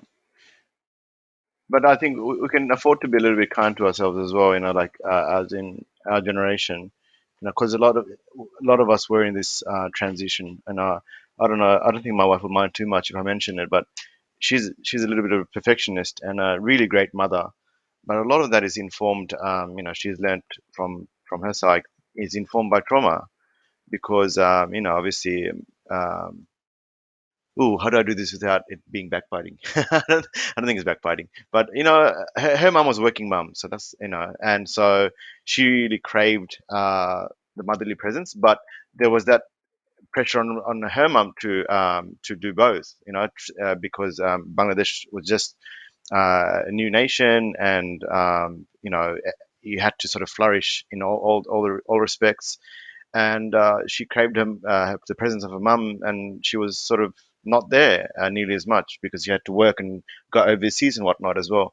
And you know, she's been telling me recently that I think I am such a she's not a helicopter mother, but she's really invested in the kids, alhamdulillah, mashallah.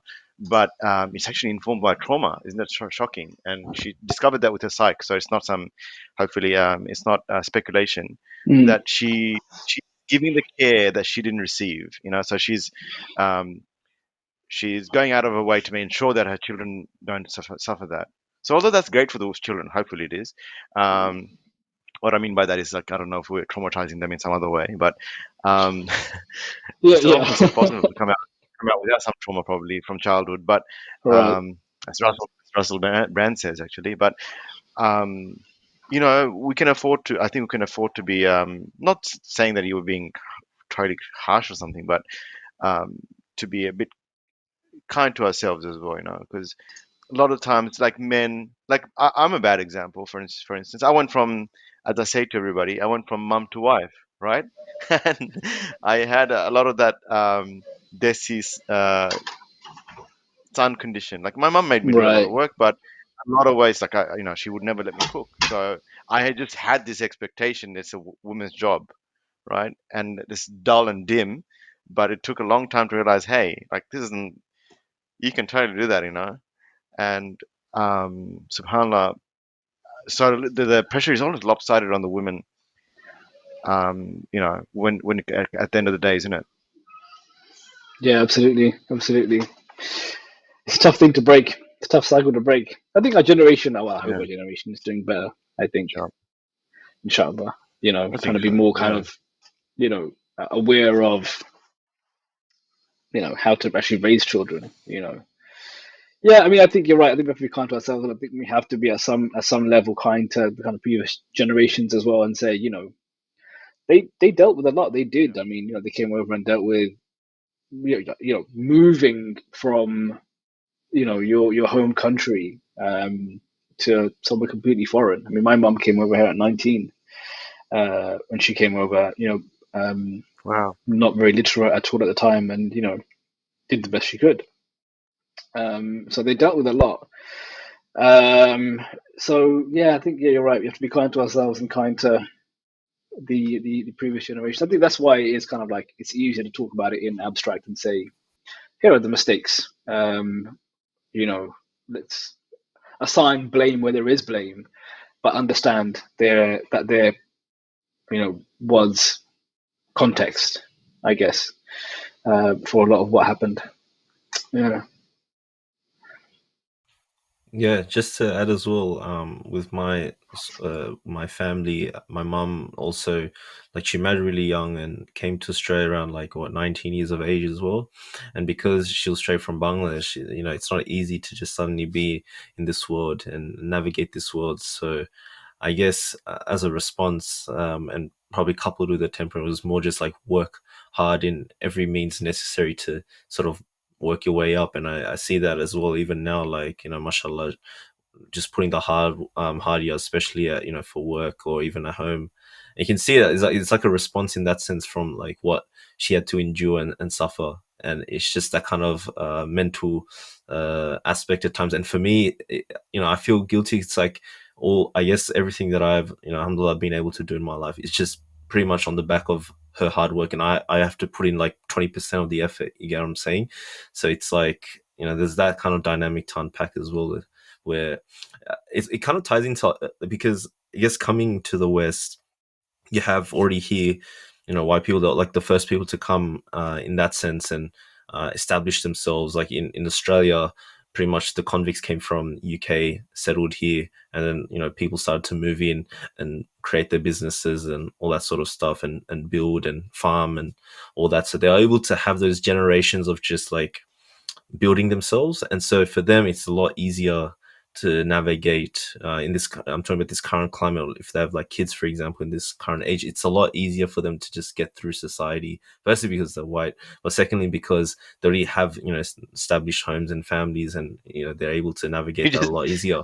But I guess for you us, just it's like described we're, you just described the colonial settler advantage. Like, and yeah, of Well, course, yeah. this is the thing, piece of isn't land, it? right? but It's a but huge leg up.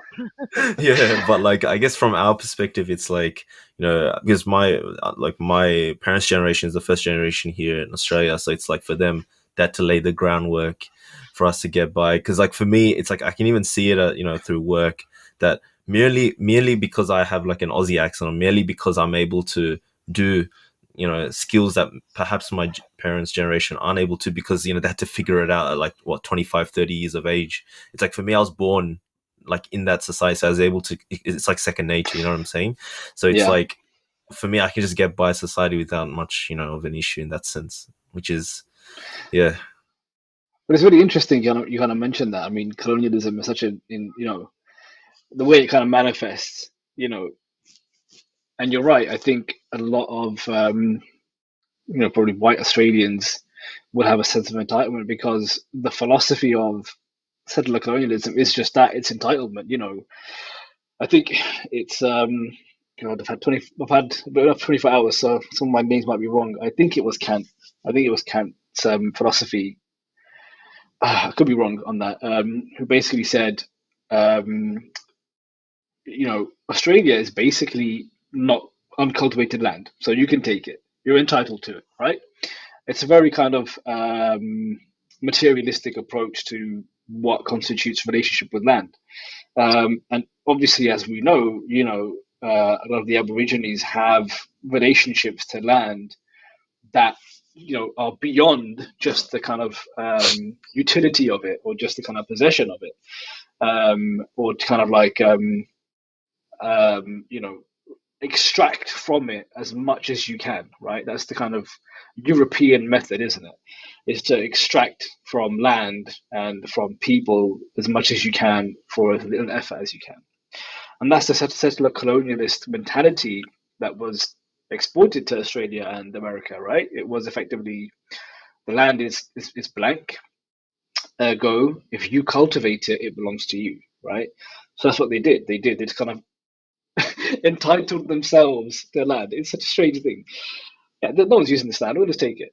I mean, aside from and when you think about Australian history, you think about Australian, um, you know, independence, whatever it is, however it's phrased. It's like Australia began in what is it, 1850 something. Like, come on, you can't be serious, man. I mean, there were people, 17.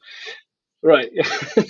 There were people that lived there for centuries Yeah. before you even kind of, figured out how to sail down there. But that's what they did. They did kind of like, well, yeah, we're entitled to it because we are enlightened and we can cultivate. And these people here, the Yeah. Aborigines, they can't They cultivate the actually, way that we cultivate. Sorry, go ahead. it was found out because it was found out like this thing, that is the doctrine of Ternelius they applied, Yes, which that's is exactly. Yeah, this exactly. empty land, but it also means empty of people, and like evidently Mm, there was people like right away. right. They saw the Aboriginals and they actually used them for um, uh, knowing the seasons and as labor, right? And Yeah. as slaves and got goodness, the rest. Um, so actually, they applied their own doctrine wrong or um, conveniently, and it's Yeah. even in recent decades with a little bit, it's been challenged a little bit and it's been found out. And surprisingly, because the whole idea is, if you were to apply it properly, um, you have to show just two things: a connection to the land, continuous connection to the land, and where the borders are, right? Mm, And which is so that's what they tried to argue, that um, perhaps these people can show a connection to the land, but they can't show where the borders are. It's like you right. can't, you're It's ridiculous. imposing your own thing. It is, and it's like that's a very economic way of looking at land, as you were saying. Like this is the parameters of my little farm or whatever. And the Mm, Aboriginals were not people of that sort. And um, there's a famous, they actually made a movie about it. Eddie Mabo in the early 90s. He challenged. He's from I think the Torres Strait Islands, right? Which is between North Australia and Papua New Guinea, right? right. Yeah. Even Yeah. Papua New Guinea was part of Australia for a while. I mean, until the 50s. He challenged the doctrine, and he went all the way to the High Court, because I think he was working at a university. He's only a gardener there, um, but one of the law professors there took up his idea. He said, "Hey, I can show both a connection and where the perimeter is. The connection is that I'm a Torres Strait Islander, and I can show you. It's very obvious. They look distinct, and the perimeter is where the water washes up, right? Because this is small islands, not like Australia. It's obviously huge, right? Yeah. Yeah. And went all the way to the full federal court, and it just won, so he in his favor. And since then, Australia has been sort of basically granting these. It's a very complex system. Huge parcels of land to the indigenous, right? But ironically, like it hasn't trickled down the benefits of the royalties and so forth that these No. Aboriginal corporations run now. Sorry, I'm going on all this detail, but yeah, it just brought back all this how even when that law has been or when that doctrine was applied wrong and it has been challenged, nothing has changed on the ground. No. Like nothing No. actually it didn't reverse anything. It didn't compensate anyone. Let alone reparations. And No. Because subhanallah, yeah, fundamentally it's about entitlement. That's what it comes down to. yeah, It's it's it's not not, about the philosophy wasn't it wasn't questioning, are we not entitled to it, or are we? It was, the basic presumption was we are entitled to it, and let's figure out why we're entitled to it, right? And the same thing happens in America, right? Where literally it's if you plant a seed in the land, it's yours, right? So you get this legend of in America, Johnny Appleseed, who planted thousands of trees, right? He just went along planting trees and cultivated all this land, and it became his. Never mind that there were indigenous people already living on there and had a connection to the land. And this is the difference. This is the difference, right?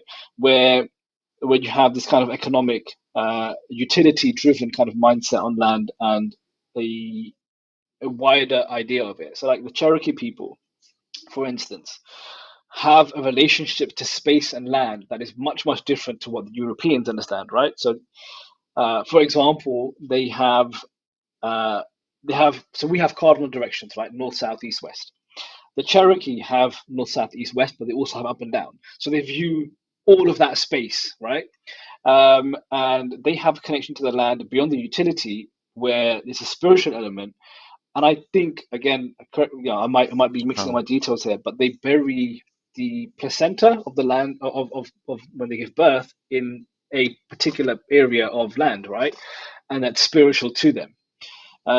So they have a connection to the land beyond just cultivating it and beyond planting seeds. It's much more profound, right? Which doesn't mean, by the way, that they don't have an idea of property. This idea that the indigenous don't have an idea of property is very kind of romantic and noble savage type idea that, and it's there to kind of be like, oh, they don't have an idea of property, and therefore what you did as white, colonists is actually okay. It's acceptable because they don't have an idea of property. So what you traded effectively, peanuts, was completely acceptable. That was a fair trade. It wasn't. You hoodwinked them, you tricked them, and you lied to them. And that's where we get this kind of Trail of Tears, the Cherokee Trail of Tears, where they were forced to move beyond the river. Again, the name escapes me. They were forced to move west, right, from their kind of ancestral land. But it's just that entitlement. It's like, well, we're entitled to it. I planted a seed, for goodness sake, therefore it's my land, right? It's such an absurd notion. And that is what kind of continues to this idea that, like, I'm entitled to it. I am a colonialist. I mean, it's now. It's really only now. And when I say now, I mean like really the last few years that we've been like, Australia as an example is a very good example. The history of Australia doesn't start in in the 19th century. It doesn't start when Captain Cook comes and lands. It doesn't start at that point. It starts, you know, um, much beyond that. And it's only now that we've kind of come to that point It, as historians. it's a archaeologists and geologists and the appropriate scientists now say that Australia has been continuously inhabited for 50,000 years or more. Subhanallah. Right, So shows you that how arrogant. Yeah. So I think it is the most continuously inhabited land in the world, something like that. right, The people came over in the Ice Age, or when, and also they roar. I don't know how to say that word. Rode all the road. way to Australia as well. Yeah, from Southeast Asia, tens of It's thousands of amazing. years ago. It's just mind-boggling, like how Yeah. we can relate to 5,000 years. Nuh alayhi salam, Musa alayhi salam, Mm, like 10,000 years, maybe if you want to push it, 50,000 years, and these are obviously Allah's creation, and you just right. think, um, how arrogant they were to just, even nowadays, things like their traditional sites are being destroyed by mining companies and whatnot. There was a really infamous one last year. Um, and even a few days ago, I saw some a reference to it's even like difficult to even read this news. It's like it's just like kind of like how women are treated. I mean, the people are going to think, listen to Sadi's talk now, but if the economy is in the way, right? It trumps all else. It trumps culture. It trumps religion. It Right. trumps people, right? So that's what I meant. Like the women and or the indigenous or and so on, right? Subhanallah, like it's just like a bulldozer. And in fact, in this case, there were bulldozers. They just smashed these individual, what's it called? Uh, Indigenous sites, and these are under leases. These lands leased to these mining companies. Obviously under the because they sort of get their way.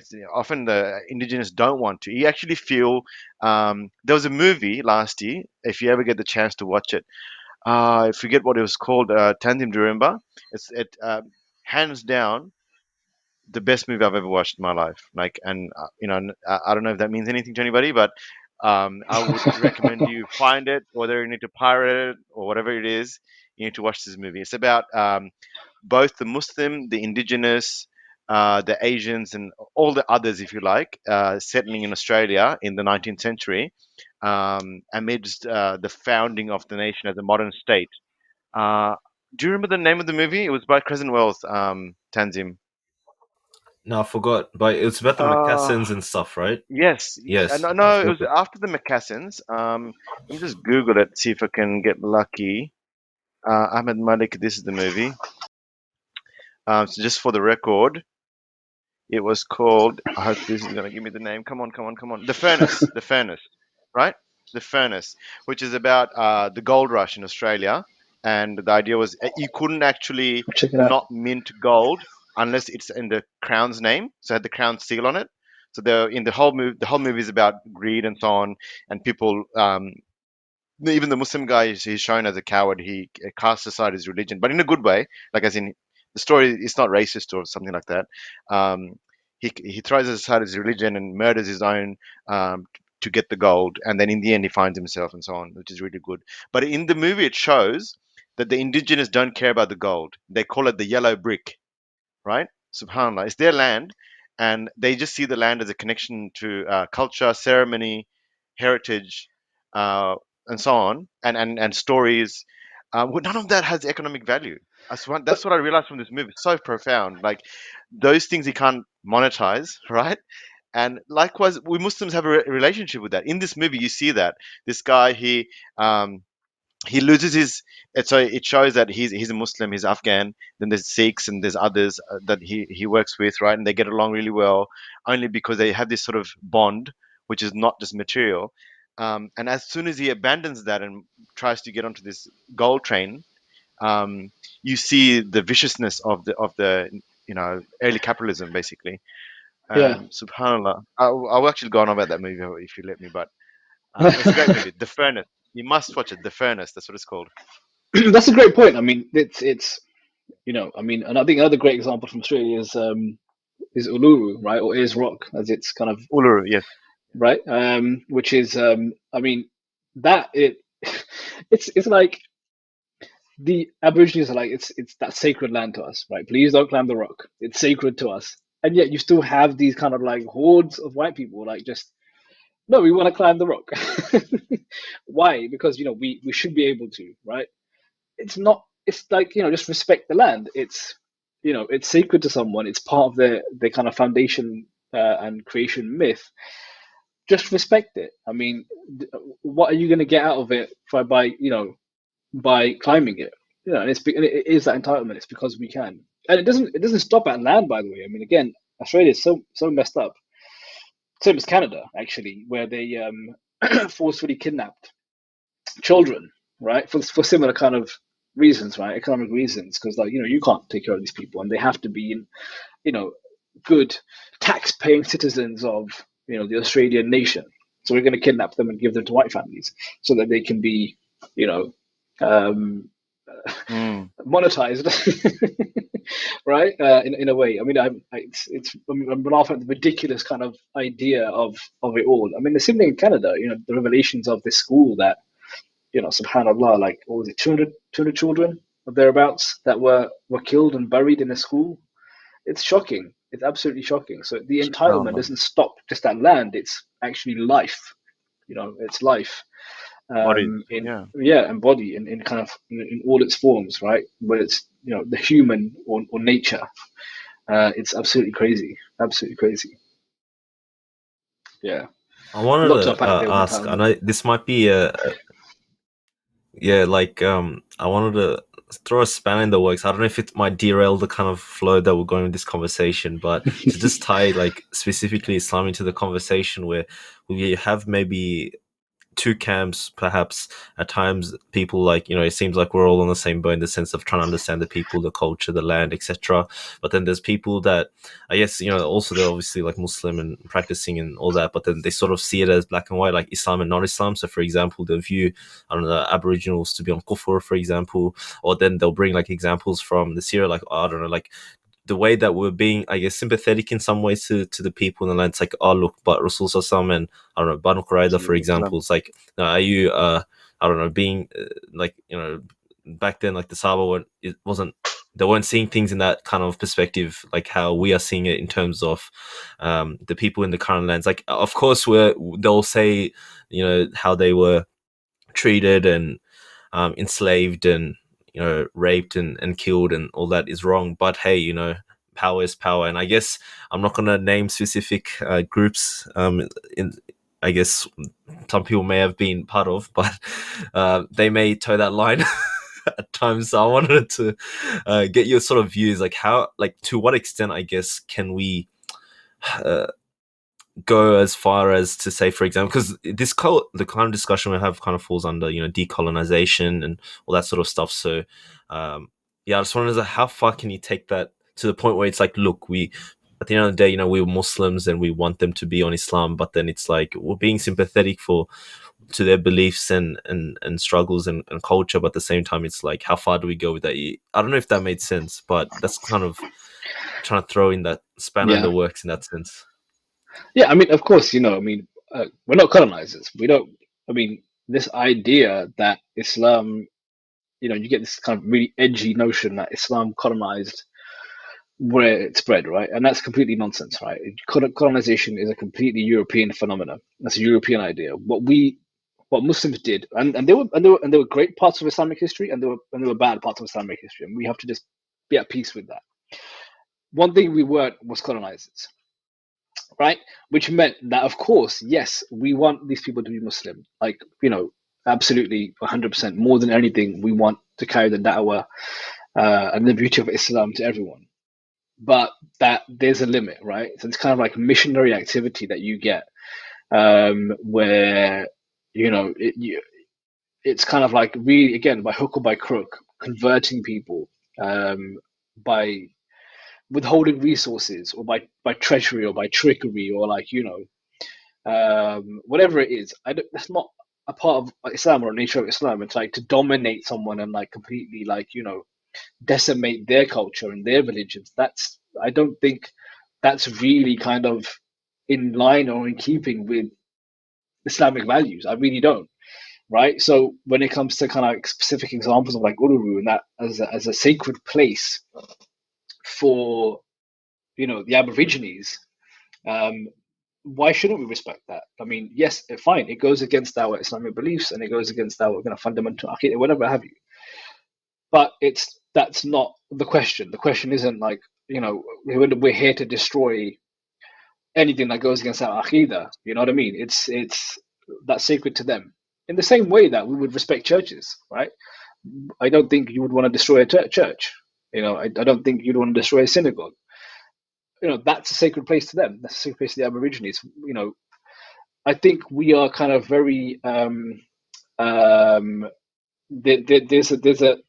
there's a line here, or there's an idea here that we've kind of very kind of unknowingly adopted, whereby we're like, we will respect the main religions of the world, right? Christianity, Judaism, Buddhism, whatever, right? But these kind of indigenous religions, well, they're just nonsense, aren't they? They're kind of like they're just nonsense. They're not real. I mean, but it's not. That's not true. We're placing a hierarchy where there really shouldn't be any. Um, these are religions that are just as sacred to the people that hold their views as Islam is as sacred to us, right? I mean, imagine someone talking about the Hijaz in the way that someone that would talk, these kind of people are doing to Uluru. It's unthinkable. It really is. So we shouldn't really, yeah. I mean, the end of this point is like, we really shouldn't kind of place these religions in a hierarchy of it's acceptable if you're powerful and European, right? Let's kind of like Mm. be clear on that. We respect Christianity and we respect Judaism in part because they're powerful and they're European, right? And we don't respect indigenous cultures and religions because that's not true for them. They're not European and they're not powerful. They are disempowered and very, very clearly not European. And we shouldn't make that the delineator. We shouldn't make that the point of acceptance or not. Yeah, but of course, I mean, yeah, carry the da'wah to them in a way that's kind of befitting of da'wah to be carried, right? Yeah. In those manners. Um, but don't like they're kufr and they're like haram and steamroll them as the comic as Usman used to say. Does that make I sense? watched this. Yes, subhanallah. I mean, the proof is in the pudding, isn't it? As they say, as the saying goes. Like wherever Islam went, it didn't like just uh, wipe out the local cultures and traditions because actually, as my bit of a fanboy, right? Sheikh Abdul Hakim Murad points out that Islam has five colors, or was it six colors? Can't remember. And you can see, and like, that's just for anyone to, a cursory glance will show you that there is a Southeast Asian Islam, in terms of its traditions and its cultures, South Asian, Central Asian or Russian and those sorts of area, and then an Arab Middle Eastern one, and an African one, and I think there was one more. And like how diverse they are, like they're just, it's also, how could like that's the entire ummah, right? If it was the case that Islam went and just imposed an external thing in a like a very bureaucratic, imposing way, um, then you would it would just be difficult. It's difficult to picture how you would end up with this diversity, right? And you see, like in the partition, I remembered. I I watched a movie, 1947 Earth, with Amir Khan in it some 20 years ago. It's a good movie. And you will remember that it had Parsis in it. And I think you'd be more familiar with these people, perhaps, because we didn't have them in Bangladesh, who are, I think, Zoroastrians of sorts or Yeah, yeah, descendants, yeah. right? That's right. Yeah. Yeah. And like, you think the Zoroastrians in Pakistan in 1947, I mean, would be Pakistan, and or Lahore, it was in the movie. If Muslims came and just did what these sorts of things, how would they survive? Or many of the religions, even in Bangladesh, like you've got heaps of indigenous non-Bengali groups in the hills districts and so forth. They have their own animist and local religions, and like, it's diverse as anything, right? As the languages in India and India itself, like. Um, 100 languages and so many religions, Right. or if you take Africa or anywhere else, subhanallah, you know and even a lot of the destruction we saw in recent times of in Afghanistan with Bamyan and ISIS with what they did in Iraq and Syria. Well, those things were preserved for 1,000 years by Muslims, right? So Mm. when they Muslims, when they Muslim cultures, only when you got to in the 20th and 21st centuries, these things are happening. Clearly it shows the perception or the ideal of Islam is probably somewhere else. It's not in demolishing Yeah. Absolutely. what Yeah. looks like an idol, you know? Absolutely. Yeah. Absolutely. Yeah. Speaking of Zoroastrians and like I think Jonathan Brown makes a good point. Dr. Ram makes a good point in an article. I can't remember what the name of the article is, but he mentions obviously that there were particular rulings for the Zoroastrians to do with marriage, right? So I think it does. It goes to show you Yes, I that remember there this. was. Very You remember that, yeah? controversial. Very controversial, yeah. Um, Yeah, but yeah, I think yeah. it goes to show you, that there is scope and room for other cultures and religions to exist within an Islamic state, right, or an Islamic kind of community, right? And why shouldn't there be? Why Yeah. shouldn't there be? Carry the da'wah, but it's not. It's not. I mean, Allah says in so the Ghashiyah is not. You carry the message, and you're not responsible for whether they accept it or not. Is I think is a good way to look at it. And even yeah, and even I wonder like how much of even these sorts of like right now, like obviously Muslims we're behind and we're subdued and so on everywhere in the world. But our ideas versus what you see even in the subcontinent, for instance, like Islam was really spread by pious devotional people, right? Yeah. I listened to a talk about Nizamuddin Awliya by Sheikh Abdul Hakim Murad, and he talks about how he stayed away from the ruler, right? Like Right. he had a second door in his house to leave if a government official came, right? So he had a back door to take off because the government was always trying to get him close to This the sounds like court, Ertugrul. right? I have no idea about Ertugrul, and I think so I can't comment.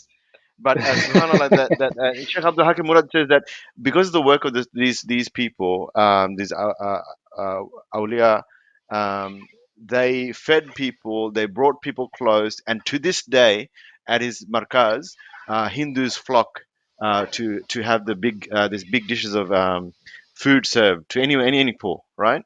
And he Yeah. says that if Islam was left to this, India would be a Muslim majority country had it not been for the British Yeah. invasion, right?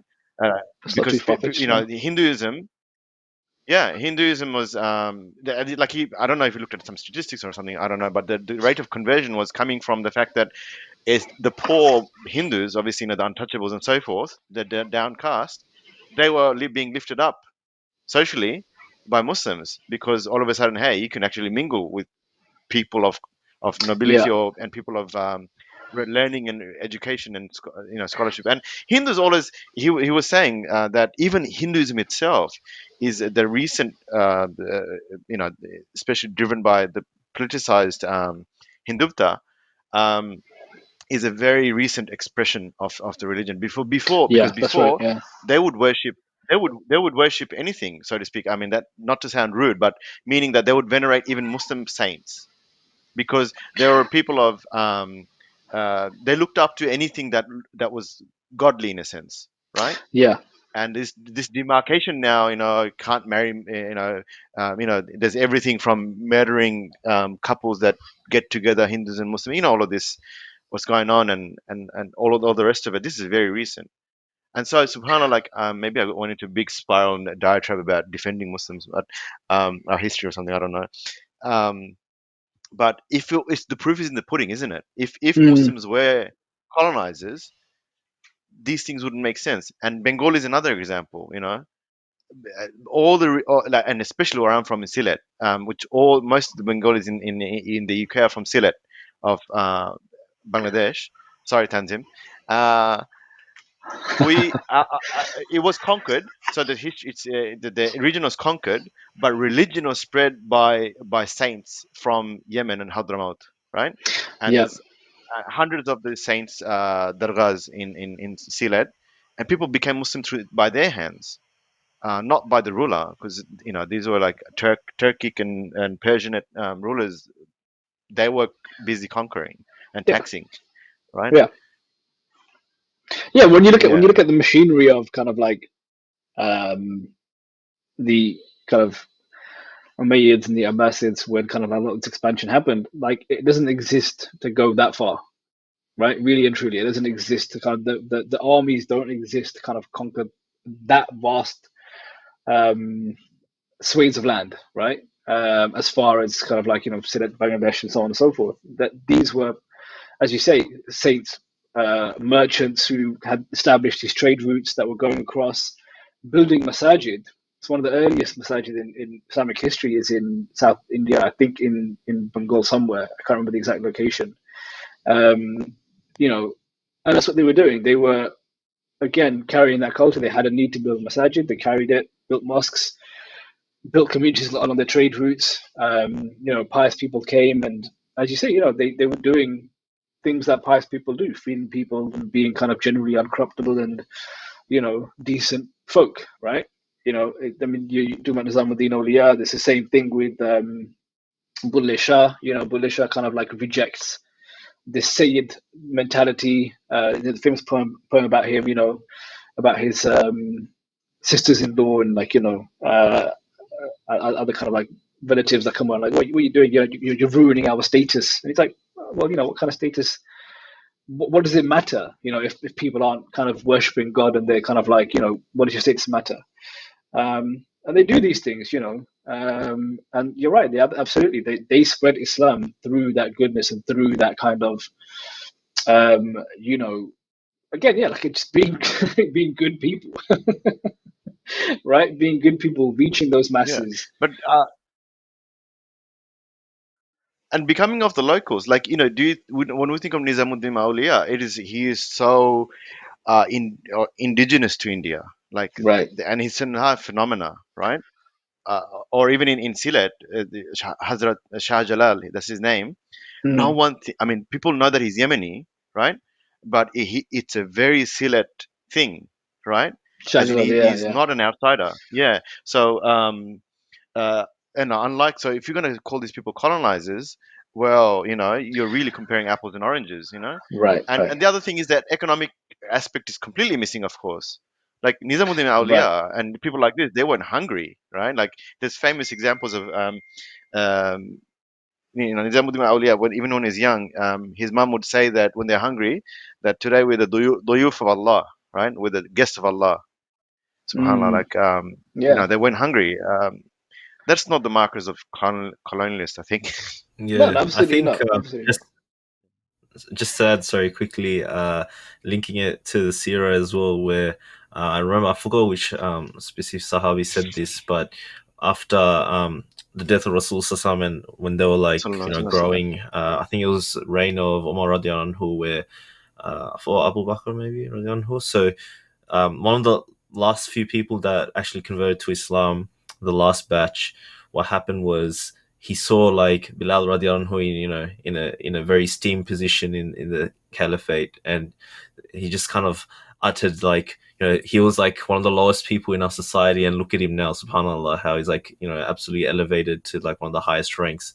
And whereas he was himself was like a highest rank in the Qurayshi kind of tribes in that time, and now he's like lesser than Bilal radiallahu anhu. So I guess it's kind of harping back to your point, is like Islam, the power to kind of elevate, because I think, Sadi, you mentioned that point about the untouchables and converting to Islam and how they became, sort of elevate in that sense. Like Islam just kind of comes to elevate the kind of oppressed and the weak, and kind of link it back to our early discussion where sometimes we forget the struggles of the people from low socioeconomic backgrounds. Like for us, it should be the job to, be merciful and kind and give them that, is there for the deen in some sense, where it's about empowering them rather than kind of shunning them, being like XYZ ruling. Well, that's another whole kind of discussion. right. But in saying that as well, I remember there was a clip where Satguru, I think I mentioned it a few times, it was like Satguru and Shashi Tharoor, they were having this panel discussion, and Satguru's, man, he's almost like white in some sense. Like, look, because I think the question was about colonization. It's like, look, the Muslims, what they did was worse or something. And then Shashi Tharoor comes in and is just like, well, firstly, like the British, they actually came to India, extracted all the resources and everything, and took it back to like England, right? The Muslims came and became us. Like they're literally like, the proof is in the pudding, as they say. Like we are all like brown skinned here, like on the podcast right now, and we're Muslim, but we very much identify with the subcontinent as our home, right? And we're Muslim. So it's like for the white man coming and colonizing, it's like for them, the identity always is going to go back to sort of, firstly, like, the broader framework, like capitalism trying to extract, goods for their own sort of benefit, but at the same time, it's like, they don't identify with subcontinent. I guess from the Orientalist perspective, I guess like they try to, like, oh, look at them, they're closer to us than what we think. I don't know, for example, it could be spirituality, like, oh my gosh, like, the kind of hippie way, like, oh my gosh, like, look at them. So, so it's like, I think that's a whole nother discussion as well. I just wanted to add that in the sense of tying this hero back in, how, especially we know Rasul Sassam, like, I think a lot of people think that he was always poor and he just didn't have money, but the fact of the matter is he had so much wealth, like insane amount of wealth, like through Ganima and, like, war booty, where he was able to have so much wealth, but he gave so much of it away, where to the point where, like, in some wars he didn't even have anything for himself, he just gave it away to others. And so it's like, at the end of the day, he had so much wealth, but he literally had nothing still at the end of the day, like, which is subhanAllah crazy. And that's why a lot of, like, Qurayshi leaders actually converted to Islam, is because they saw, like, this man is not normal. Because for a normal leader, because at the time they were thinking, oh, he was just like a military conqueror leader. Like, if you accumulate that much wealth, like values and values of wealth, and you're just giving away to other people and you have nothing for yourself, like, this is not normal human behavior.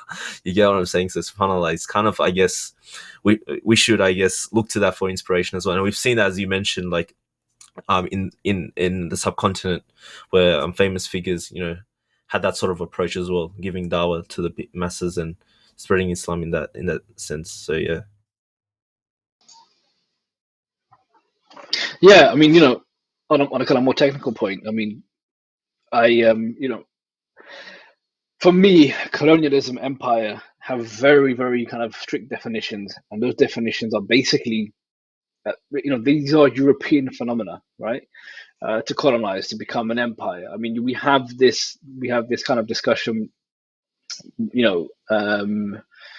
that the Ottomans were an empire, or the Abbasids were an empire, or they colonized, and it's not true, right? In the sense of what technically is actually an empire, right?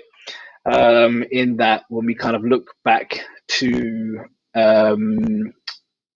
what the definition is in terms of Imperial Romandum, right? The Imperial Rome, and what Rome achieved. That's the kind of like the archetype of an empire, to me, and that's where the definition kind of comes from. Where you have a center of power, which is in terms of Rome, obviously it was Rome, and then everything leads back to Rome. All roads lead back to Rome. So what we as Muslims did was not that. There was no one kind of center of power where everything kind of folds back in on. I mean, if you think about Islamic history, Islam moved from Medina and the Hijaz very, very quickly to other places that it, kind of, I guess, came under the Islamic fold, right, or conquered, if you want to use that term. Um, uh, but the centers of power shifted, and there was never a thing of like everything's going to go back to Medina or to the Hijaz or to Mecca, right? Everything was for the people. You brought these locations in, and everything kind of moved. Even down to the Ottomans, we see the Ottomans had Istanbul as kind of the capital, but there were other centers of power in the Ottoman Empire. So it's not an empire in the sense that what Europeans were doing in terms of creating empires and creating colonies that were geared towards the prosperity of the home nation. It just wasn't that. And again, I mean, I admit, and we should, as Muslims, we should admit that there were some very, very dark times in Islamic history. Not everything was rosy, but there were some very, very good times, and that's just history, and that's just the way it is.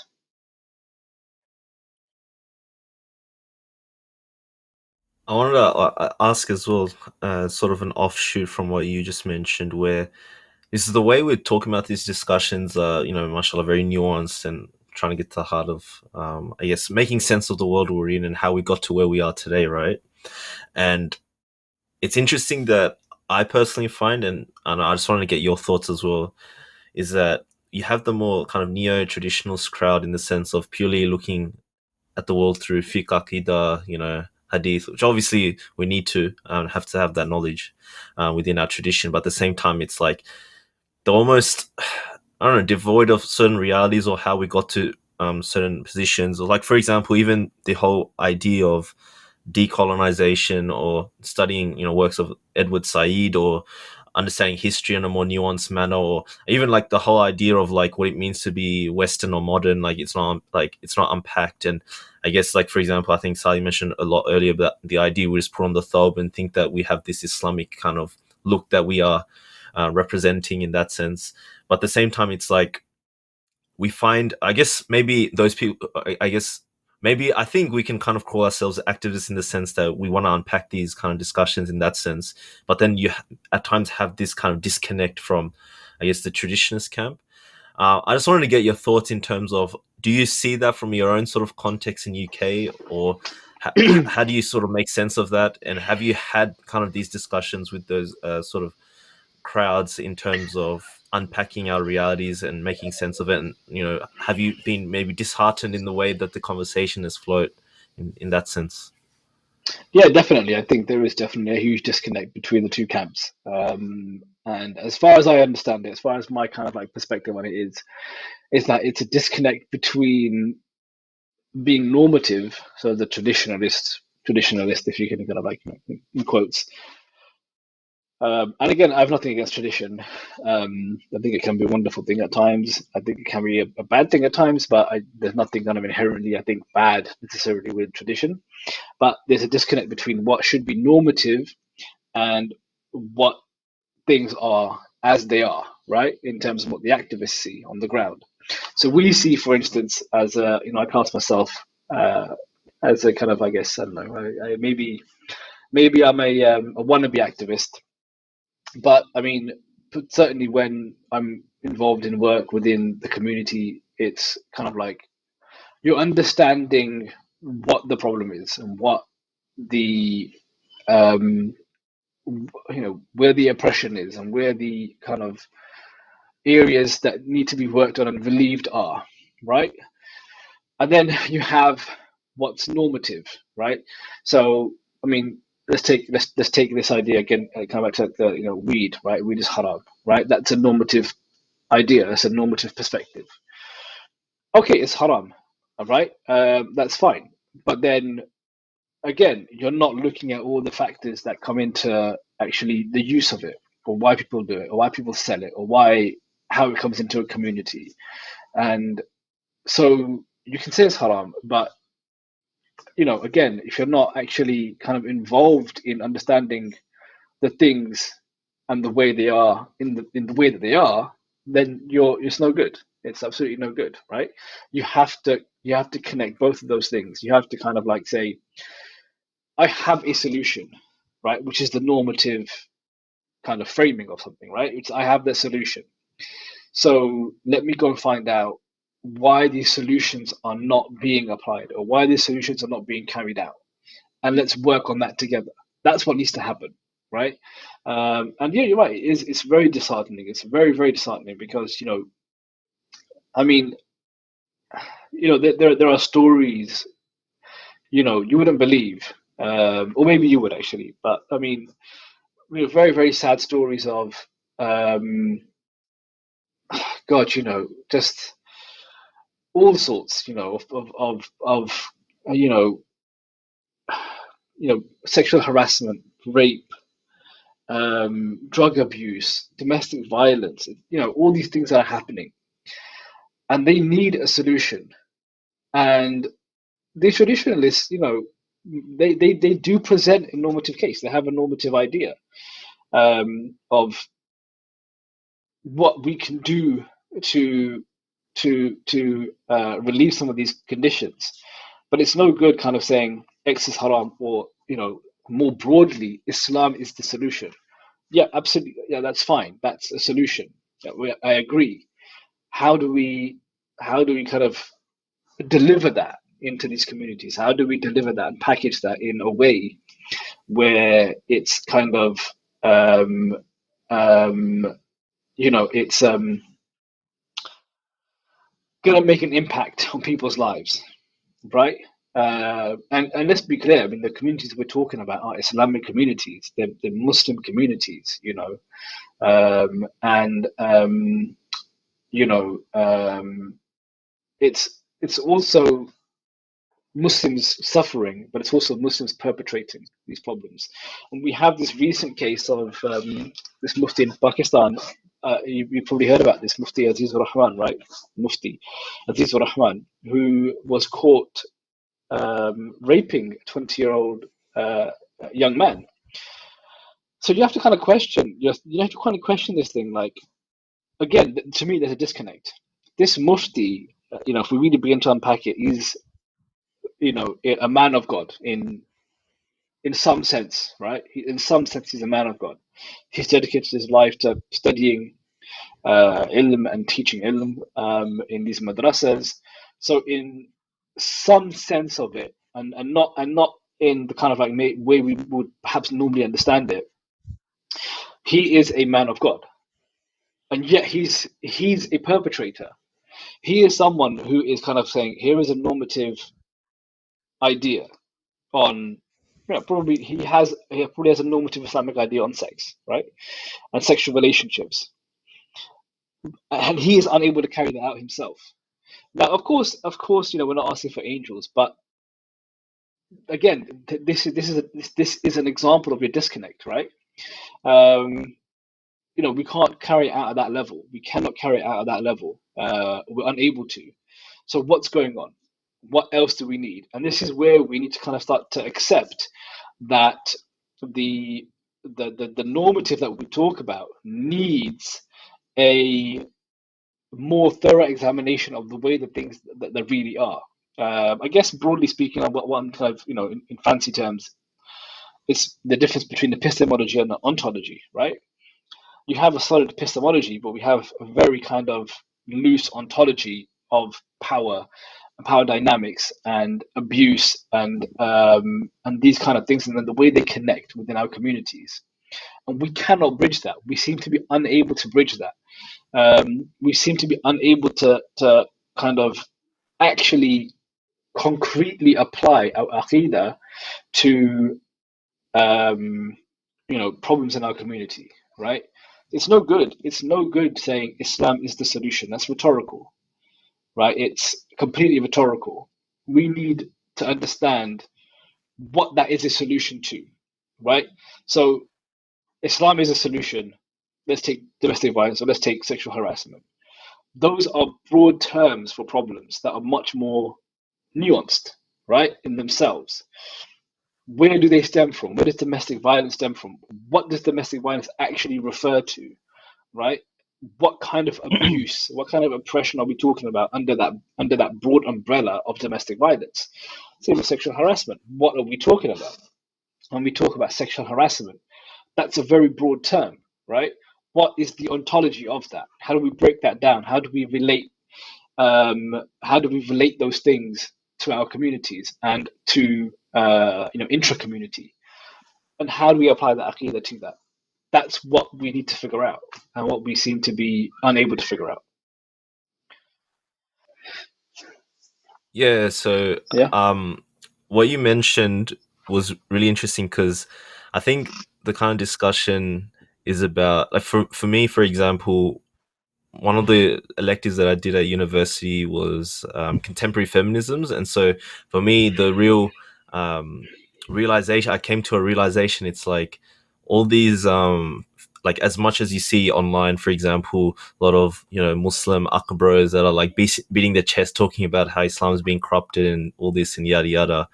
And it's like, once I was actually reading the feminist literature, for example, like I've talked about this quite a bit on the podcast in the past, but it's like one of my entry points was because I did like an assignment, for example, specifically about contemporary Indian feminisms.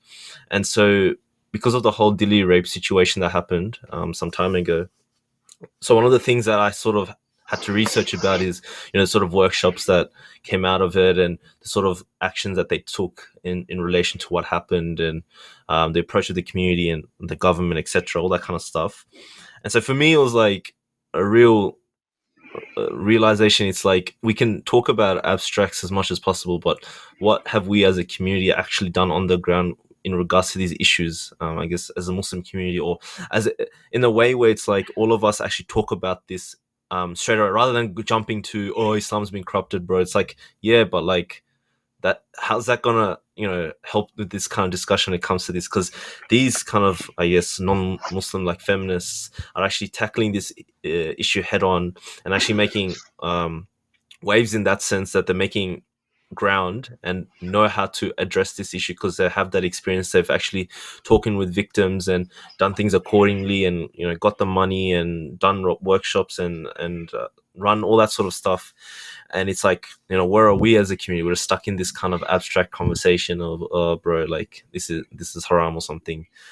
So that is like kind of tying about what you were saying about addressing kind of political or sort of realities on the ground, and then going about that, because we don't seem to be in that kind of conversation at all, if anything.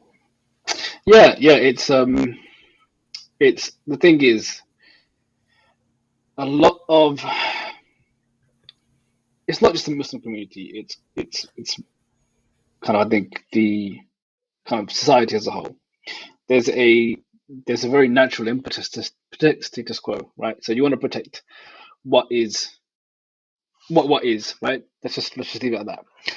And it's the same with Islam, right? We want to protect the status quo and what is, and so we have this inability to see beyond that. We have this inability to kind of say, well, we have all these institutions. Are they useful, and are they providing a useful service to us, right? Moreover, rather, there's also an impetus, I think, to protect what is perceived as normative, or what is actually normative, right? Which is not a bad thing. We do want to protect the aqidah of Islam and the purity of Islam from corruption, and from anything outside of it.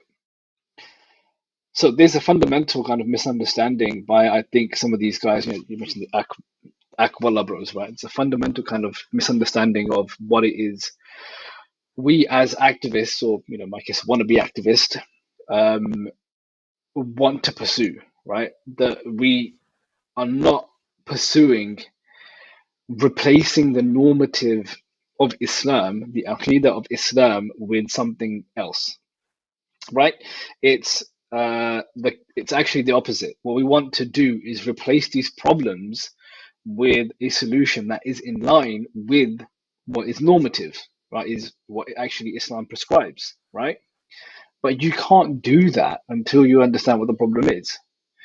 And you can't understand what the problem is until you have a lens or a perspective to view that problem from. A language, a vernacular, a vocabulary to describe that problem, right? It's not possible. And the fact is, these guys are not providing that vocabulary. They're not providing that lens. They're not providing that vernacular, yeah, to kind of address our problems and unpack them. When we talk about feminisms and, I mean, critical race theory, and all these kind of different things, they are meant to be used as tools to understand the problems that we're facing, right? They don't necessarily prescribe. I mean, sometimes they do in some cases, but I mean, we're not interested in that part of it. We're interested in the vocabulary, in the vernacular, to actually arrive at a way of unpacking these problems and saying, okay, here's what it is, and here's where we put Islam, and here's where we put kind of like that normative solution that Islam prescribes in. And that's kind of what I think a lot of these traditionalists, and I'm going to be kind of generous and say, I think a lot of them are kind of guarding Islam, and that's a noble effort and it's a noble pursuit.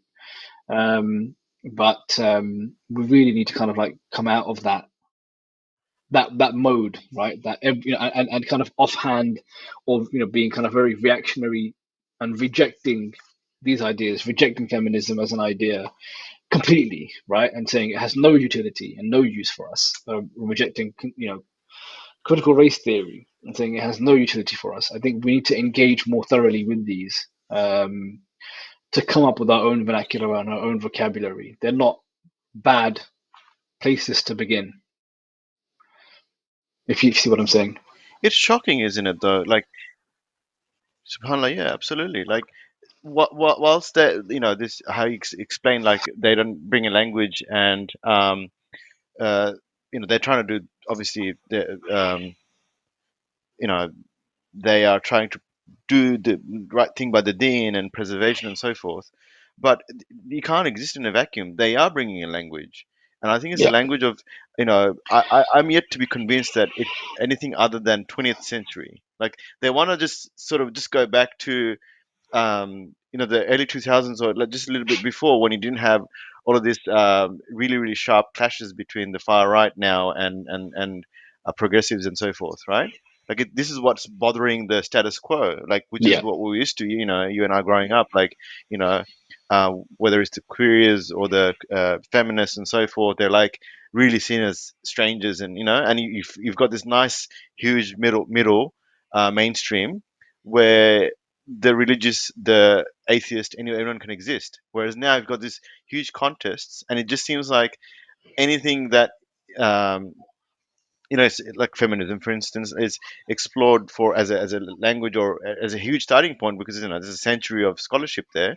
Is Hmm. seen as like your religion is going to fall out of your ears or something, right? Like, Right. and the shocking thing is that there is no escape. Like, I mean, when you talk about, like, this, what we talked about right at the beginning about drugs, right?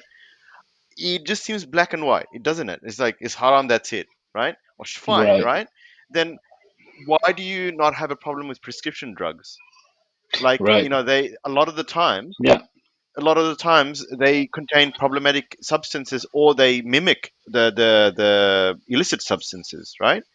Like, you've got steroid injections to topical creams, or a lot of the antidepressants. I'm actually happy, not, I don't mind mentioning it. I'm on an antidepressant for a little while now, and it has a very similar effect to medicational marijuana, right? Hmm. um, One is haram, the other one's halal, and I'm not trying to contest that, and I'm not to make room for myself or whatever.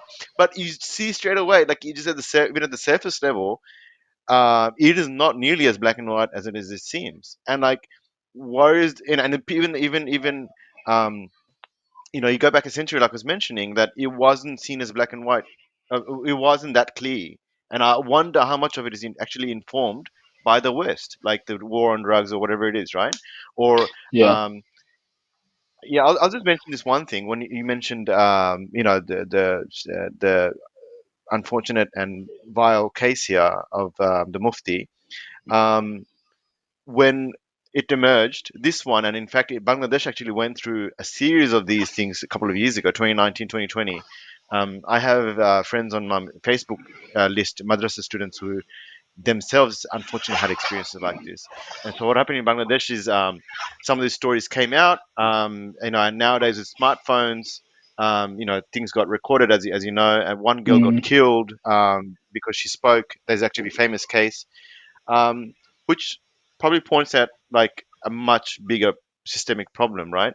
Yeah. And when these things come out, the veneers fall apart, and you see, and you get these defenses, and you heard horrendous things, like, from Bangladesh, like, oh, they're not allowed to bring their wives to the campus. It's like, what?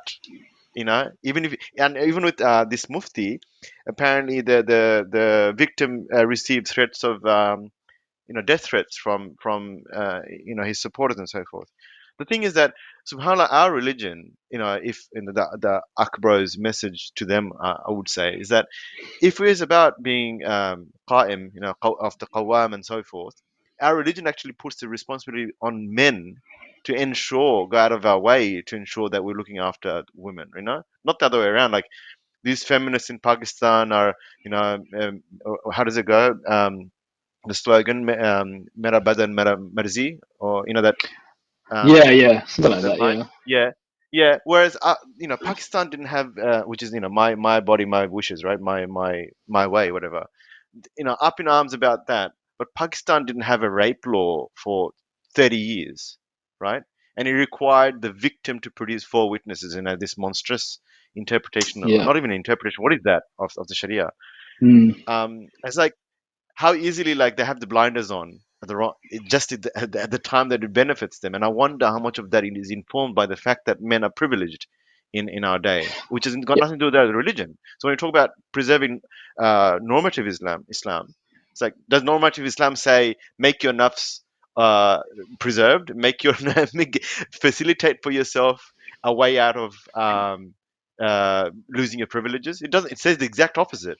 You know, it talks right. about sacrifice. It talks about making effort. Yeah, right. Exactly. I think that's I think there's an important point you're getting to there, which was you know there comes a point where these things are not an aberration anymore, right? So it's you can't call rape in Pakistan an aberration, right? You can't call sexual harassment and rape in madrasas in Pakistan an aberration. It's not an aberration. It's an aberration in the sense that it's horrific and absolutely horrendous and absolutely kind of just, god awful. It's not aberrational in the sense that it occurs so often. It's completely kind of like it's part of the course, as I kind of put the other day on Facebook. It's so it happens so often, it's kind of like so embedded in that. You have to accept there's something in the water, right? As the phrase goes, something in the water that's wrong. It's not, Yeah. these individual cases. And we're tempted to say it's an individual cases, so it needs an individual fix, i.e., uh, you know, stone the rapist, right? It's beyond that, right? That would work if it was with one individual. That would work if it's kind of like an aberrational case. It doesn't work when it's so it occurs daily, right? Ridiculous. I mean, like you said, subhanallah, like I think I first kind of learned about this when I was in Pakistan at 4 or 5.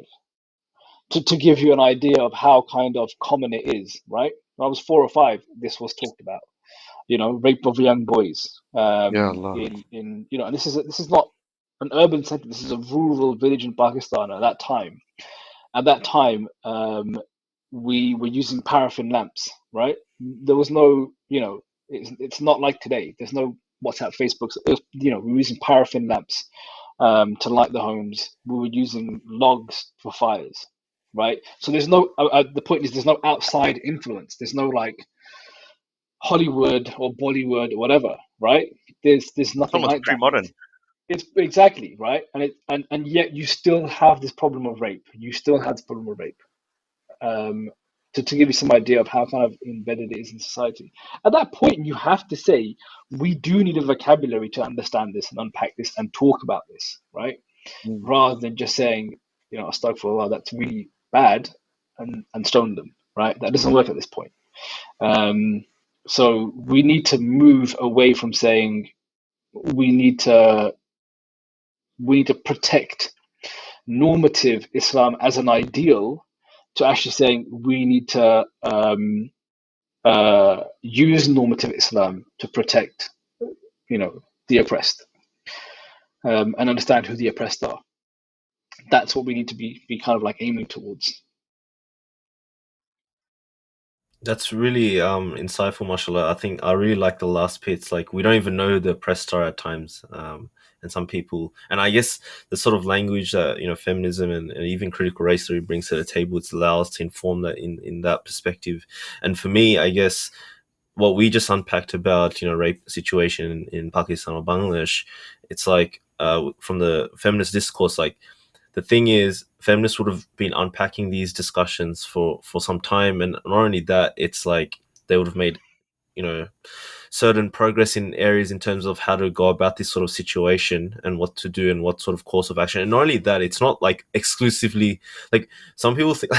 Hey Sadi, in our WhatsApp chats room dot dot dot, it's like there was a joke Don't that tell all our secrets. so there's this joke.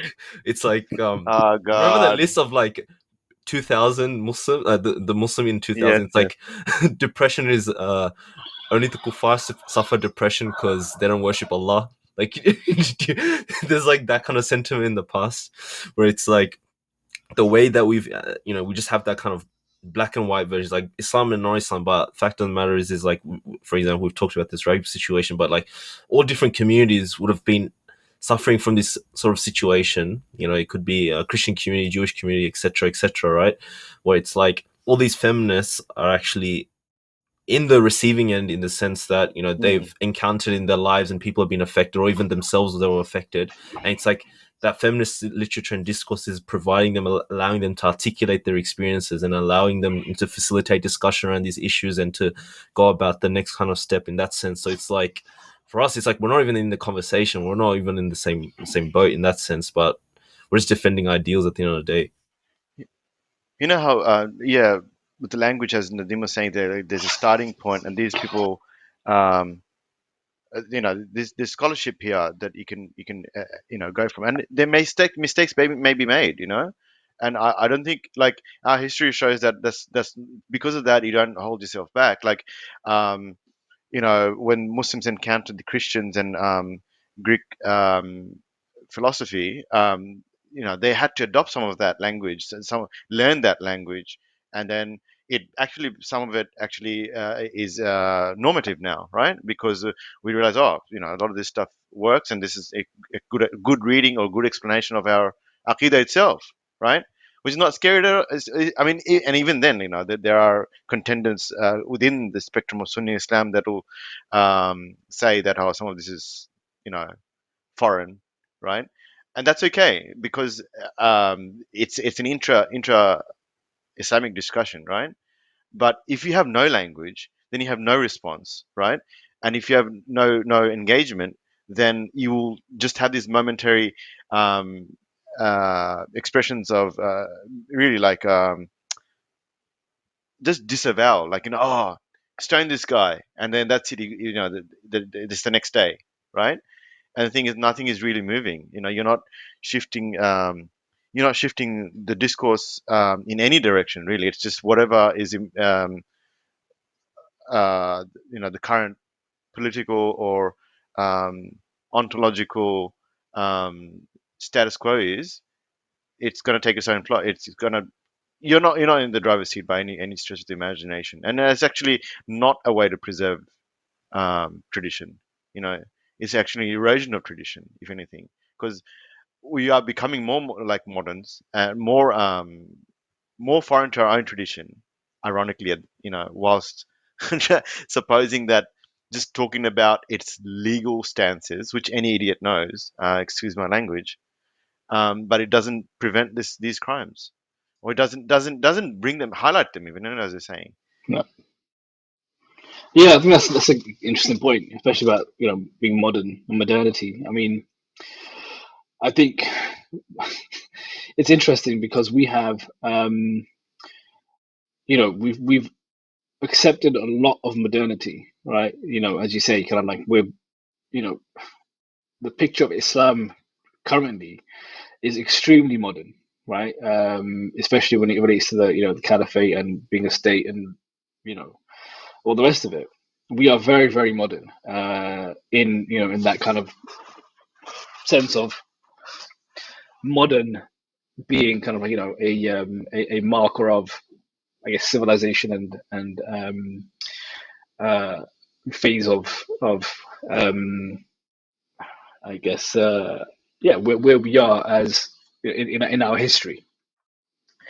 So yeah, we are. We don't see that partly because we don't have the language to see it, and partly because the language that exists is now postmodern, right? Coming on to this, and so because we are so modern, and because the language is postmodern, and it necessarily attacks the modern, again, it comes back to that point of defending the status quo and rejecting the critique because it attacks the modern, and we confuse and collate the two, and we Which is say, a comfort. right, exactly, right, and so yeah, exactly. We conflate, and we become uncomfortable because we conflate the critique of modernity with the critique of Islam. If that makes sense in a way. Yeah. I think that's what happens a lot of the SubhanAllah. time. I think there's a wholesale rejection. I mean, I know when kind of the CRT discussion kind of first reared its head visibly within the Muslim circles. I mean, I've spent a long time kind of studying CRT, and I would not consider myself an expert by any means. I would consider myself, a novice on it. And yet, you have these guys. I won't name anyone, but these guys, who kind of like somehow overnight became experts in CRT. Right? It's an intellectual tradition that goes back decades. With decades of writing, and decades of thought and kind of offshoots and so on. And yet you've become an expert on this overnight. And I've studied it for years, university level and higher. And I would not consider myself an expert. I would not consider myself a critical race theorist by any means. I mean, I know a lot about racisms, but I would never consider myself an expert on CRT. So again, I think it's an anti-intellectualism of sort, right? Don't get me wrong. I think that's, to an extent, that is healthy, because the intellectual institutions in the West are geared and have been geared towards Orientalism and towards kind of othering Islam and kind of demonizing Islamic norms. So I understand the the impulse to be anti-intellectual, but I mean there are emerging intellectuals now who have solid Islamic credentials, who are practicing, and who are kind of trying to relate our struggle as a Muslim community and locating it within these vocabularies. And that should be a healthy discussion, right? Rather than being completely rejected out of hand. So that's this kind of anti-intellectualism is going to kind of be really, really, really bad for us if we continue to kind of dismiss things out of hand. That could be very, very useful for us. And like and the critiques are Yeah, for sure. kind of really. So I say one more point, and the critiques are really kind of banal, right? They're really banal critiques. So like one of the critiques of CRT is it's going to cause disunity, right? Without actually understanding that it's a response to disunity. CRT is as far as I deploy it within Muslim communities, to understand the rift between us as South Asians and Muslims from Africa, Black Muslims, and why that rift exists. Right, that's a deployment of CRT to figure out where we are in relation to one another, and how it is that we hold power as Muslims over Black Muslims, right? And that's not in any sense or any way to kind of like further disunity. That is to find out how we can bring those communities together, right? Which is what we should want normatively, right? Isn't it? So these critiques are really kind of banal as well, and again, they kind of allude or aspire to normative ideals, but miss the mark like quite badly. Yeah, like just to add as well, I think in terms of what's interesting, like for example, we had in the like, this is more speaking from a lived experience. So for example, when 9/11 happened, what you had, I guess, as a normal reaction, and it's justified to an extent, you have a lot of sheikhs and scholars going on the minbar and saying, be a good Muslim, prove to the white man you're not a bad Muslim, we're the good guys, they're the bad people, we're not them, all that sort of stuff. You sort of put in the position where they're forcing the community to, put it in a blunt sense, like try to be as white and nice as possible in some degree, to sort of show that you're not, the jihadists, the angry jihadists or whatever. And I think in that situation, you can justify that position very comfortably using Islamic terminology, for example, like, the whole hadith about, Rasul Sallallahu said, be good to your neighbor and give them this and that. And, you can justify that position, and it's not technically wrong. Like, obviously, as Muslims, we have to be nice, kind, etc. to neighbors and people and all that. But at the same time, and then we go out of our way to prove that, what, I don't know, they quote some random verse in the Quran about, why does, I don't know, the Quran tell you to do X, and you put on the back foot to justify yourself that you're actually not a violent person because of, what this Quranic ayah says, etc. And yeah, like, you can justify Islam, the position of being like, look, you have to be nice to everyone, but for me, it's like, through, like, for example, learning about critical race theory, or learning about, racism or decolonization, all that sort of fields of knowledge, it allowed me as well to kind of navigate those spaces a lot more easier and understand, like, what's actually at play here, what the reality is.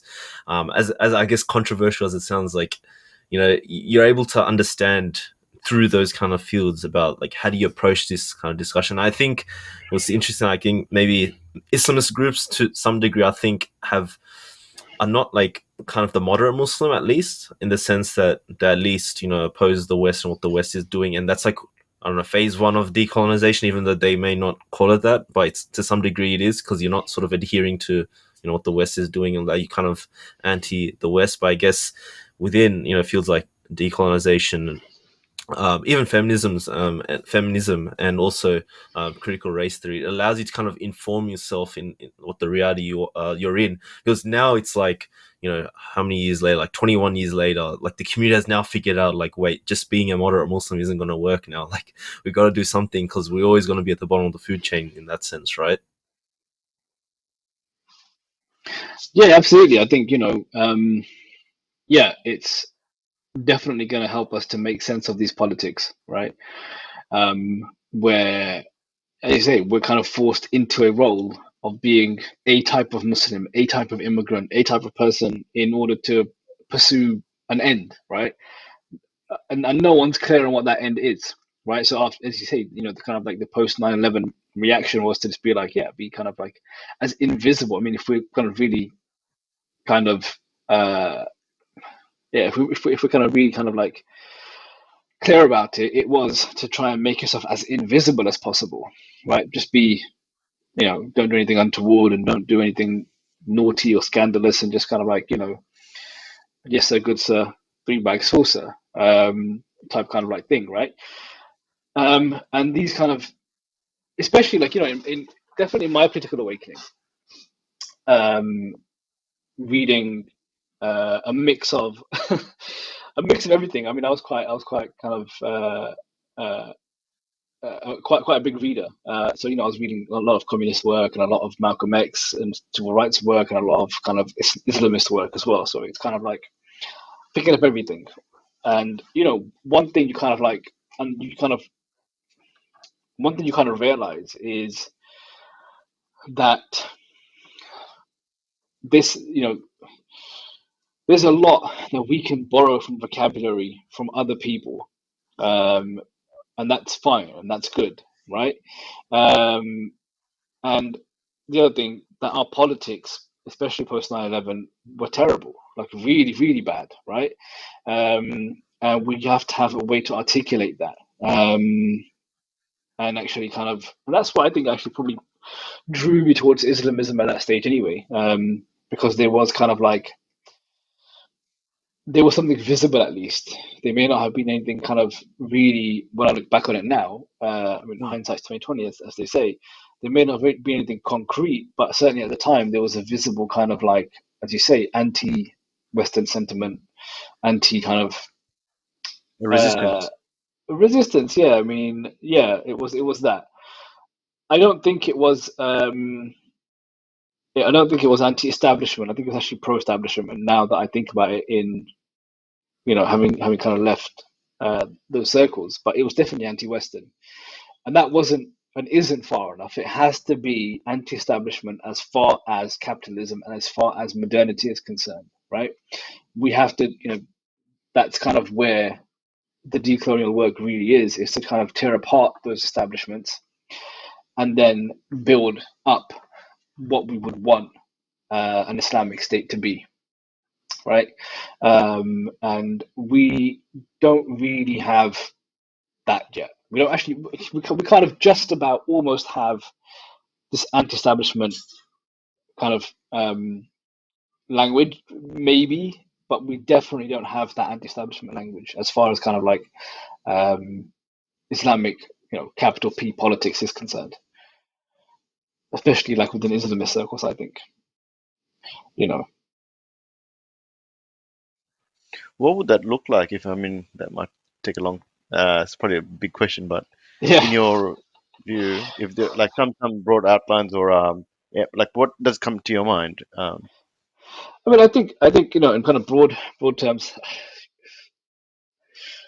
I'm still thinking it through. Actually, having said that, but I think broadly, I think what we really need is to confront uh, the modernity within our nations, within ourselves, within our Islamic practice. Really confront it, and kind of unpack that and do away with it, basically. And then we need to kind of reconcile where we are as Muslims with capital P politics, as a Muslim community, as an ummah, right? So that whole idea is, I think, in um, uh, many political philosophies of within Islamic groups is taken as a given that there is this thing called ummah, right? And it's there and it's kind of a constant, but it's not. The fact is, sadly, we are very disunified, and that unity is a factor in actually creating a coherent capital P politics for Muslims, right? Um, so we need to confront that also and figure out. And unity, I mean, I know some people kind of like are very like blasé about this fact about, well, of course, who wouldn't want to come and live in an Islamic state? And unity will just happen. We'll just arrive at it, but it's not. It's we need to really be ideologically unified, at least broadly speaking, right? At least broadly speaking, we need to be kind of ideologically unified. Um, at least at a national level. So someone like Pakistan has to have, for instance, has to have an ideologically unified vision of what Islam means within that context. An anti-modern Islam, normative anti-modern Islam means within their context, right? At the very least. Otherwise, you're going to continue to have these modern institutions like the army, um, that continue to exist, um, you know, and continue to dictate what it means to be Islamic, what it means to be Pakistani, what it means to be all these things, right? So we really, really have to confront a lot of these things, and have a kind of broadly unified vision. Um, yeah, I don't know more. I can't really answer much more than that. Honestly, I think it's such a broad, Yeah, no, difficult question. Um, it's a tough it's question. yeah, it's a very tough question. But I mean, I really imagine, like, I think my ideal really would be something completely anti-capitalist, where we have a kind of almost like, I hesitate to say this, but I'm going to say it, almost an anarchist kind of makeup, in the sense that it's completely anti-establishment, other than what Allah other than what Allah deems to be kind of prudent for us to have as institutions, the masajid, particular offices maybe, right? But I think, in that sort of situation, all power really does belong to Allah, and we are all kind of equal as citizens, and we should have this kind of like, um, uh, almost mutual aid type of outlook towards one another, where we help for the sake of helping and help for the sake of bettering society. Um, I think that for where we are today is a great vision. I think that can really, really deal a blow to kind of like the capitalist ideal, right?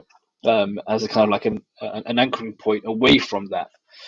Um, I think that would be cool, and that would be good. Something based on Islamic principles, where the pursuit isn't Prophet, the pursuit is spirituality, and the pursuit is kind of like the pleasure of Allah completely.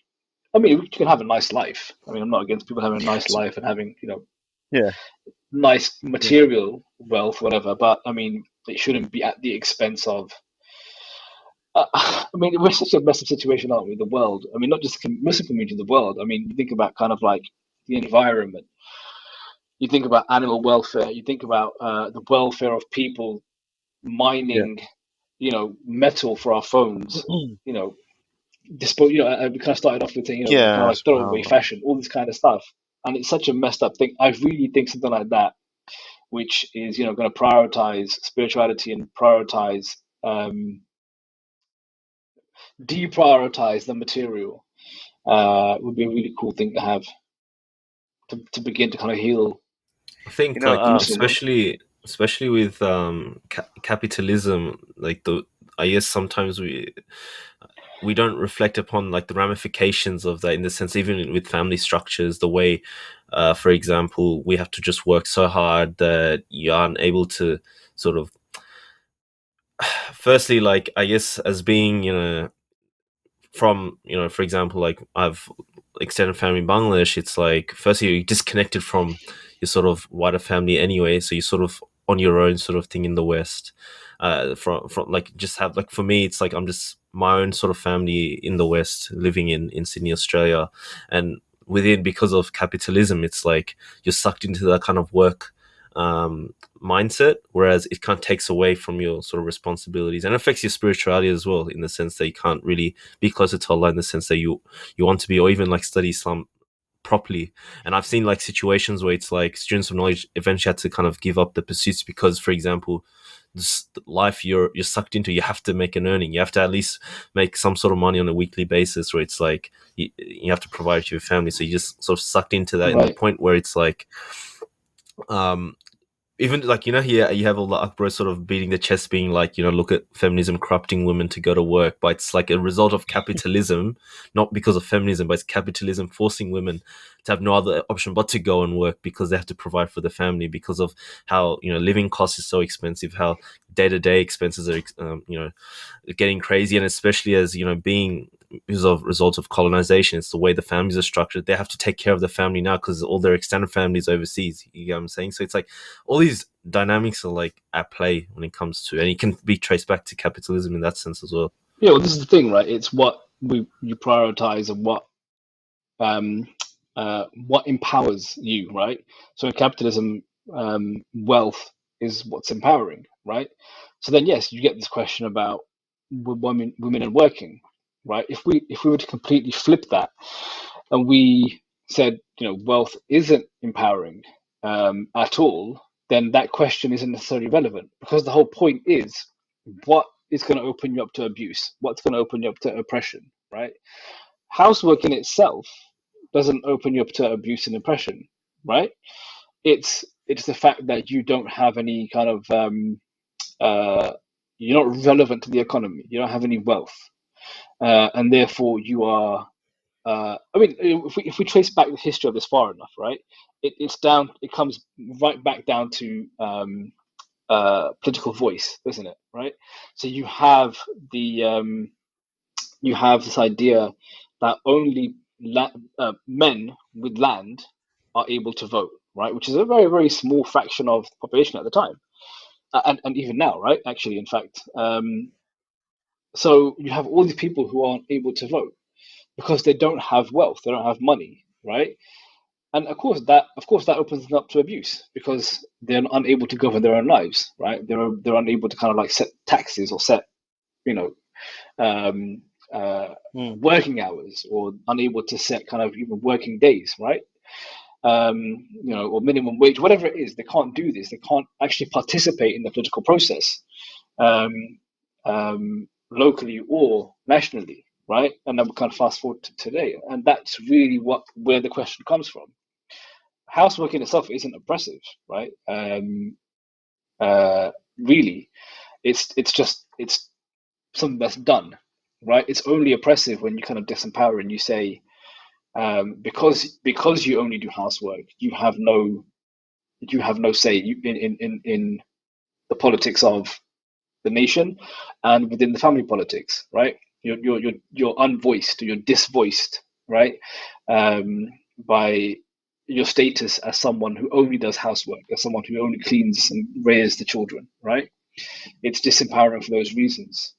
But if you were to, yeah, if you were to kind of say, well, wealth isn't important. Wealth is not what gives you power. Your power is from, I don't know, your contribution to society in other ways, right? Then housework can be very empowering, in some ways, right?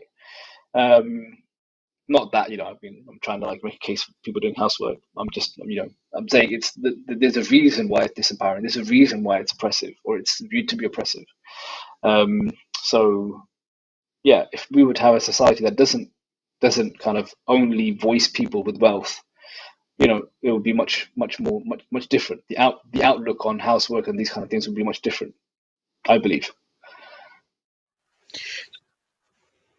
It's amazing, subhanallah, like, that you almost have to be afraid to say anything that's, I mean, you were saying that we have to be anti-capitalist, or anti-modern. I think that's the language you used. Yet, like some will say, oh, that sounds postmodern, right? But then it's not about, get hung up in those language, in just this kind of identity politics almost. Mm. But subhanallah, like, you know, I will also say I'll say something controversial as well, which is, Sheikh Abdul Hakim Murad's book, which is, subject to praise and controversy, I think now. I think is a very, here's a soundbite, probably, Tanzim. Um, is a very CRT book, right?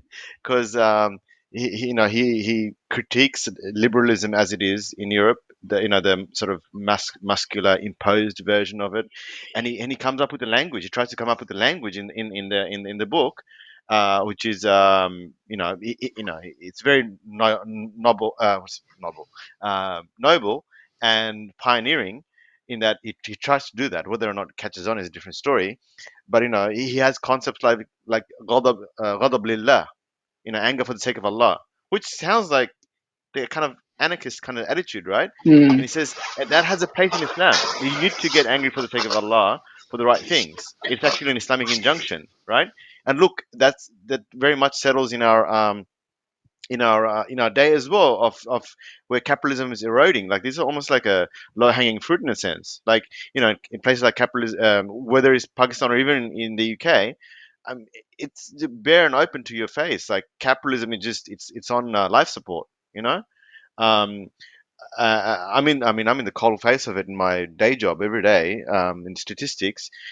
All the conventional models are failing. All the conventional policy responses don't work. They're just, you've got weird things like negative interest rates, right? And like, there's actually real scope for us for Muslims to make an attempt here to posit them, to posture themselves, at least in this economic financial sense, like, which is obvious to both Kafir and Muslim. Like, it's not working for anybody, subhanallah. And so, like, we don't have to be afraid of, like, oh, you're going to become pomos or whatever it is, right? The fact that we even have to say that, right?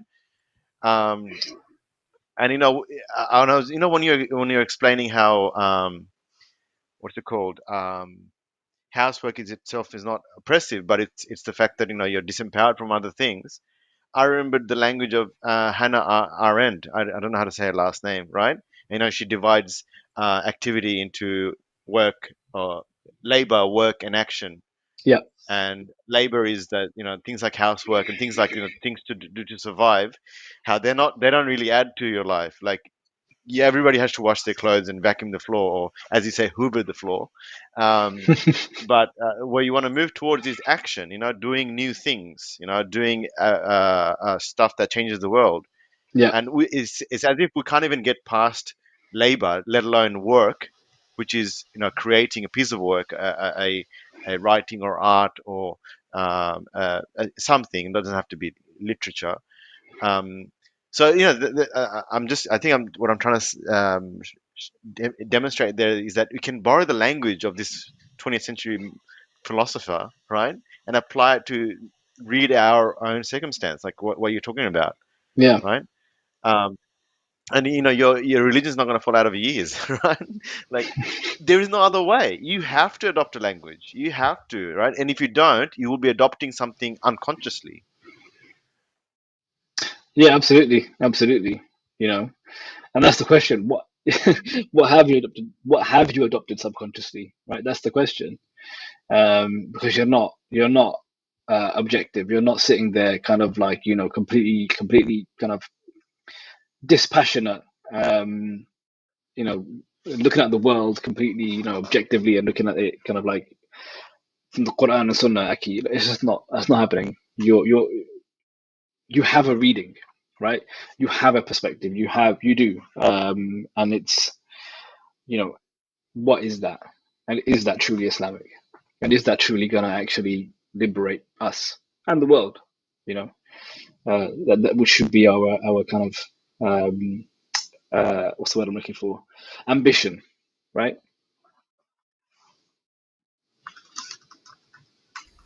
Yeah, definitely.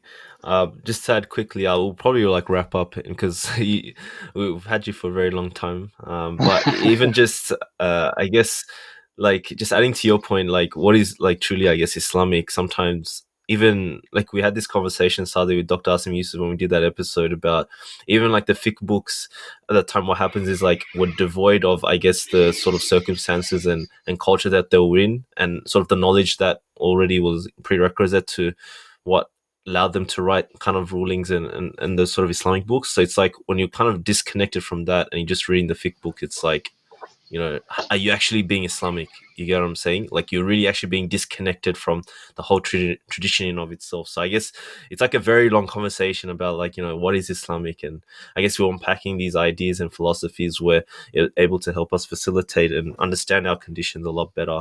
And it gives us a language that's important because you have to unpack these kind of discussions. And how do you do that is the question. Just saying something's halal and haram isn't going to cut it, right? But I just want to ask one quick question before we head off, because we asked this question to all our guests on Boys in the Cave. So if you had to like chill with three people in a cave, because name of the podcast is Boys in the Cave, who would it be? Like it can be, it can't be like Rasul Sallam or the prophets or Sahaba, because like everyone's gonna pick them, so we want like some different, diverse answers. So like it can be past or present, anyone in history as well. Who do you want to hang with and chill with in a cave and have a discussion with? Oh man, I mean, there's so many interesting people, I could list. There are so many interesting people that I would love to have discussions with, but I mean, no one's gonna beat my wife and kids. No one. If I was gonna hang out in a cave, it would be my wife and kids, definitely, like hands down. Okay, minus the wife and kids, like because My wife and kids. Oh man, okay. let's just assume that no, okay, let's assume like the Sahaba, Rasul Sallam, they're all there. Your wife and kids are there, and they're telling you pick three other people to hang with. Like who would they Three other be? people to hang with. Oh man, okay. Because I guess the idea is just to get an idea of the sort of stuff you've studied and who's inspired you and who do you want to have a further conversation with. That kind of I mean, perspective. yeah. I mean, I guess it kind of comes down. I mean, we do want a very diverse kind of panel of people, right? You don't want the same thing. I think Malcolm X would definitely have to be there, as kind of like, you know, um, really, really kind of inspired from a very, very early time, by him, um, politically, and kind of like in terms of. I mean, you can learn a lot from the autobiography from Malcolm X, right? Not just politics, but discipline and kind of like, ambition. I think is another thing you can add from there.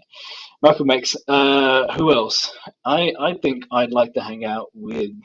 Um, I think Ghazali would be a good Imam Ghazali would be a good person to add to that mix. Really kind of round out some of that Islamic knowledge, and kind of philosophy. I think there's a After lot all, I we can. think he permitted music in certain circumstances, right?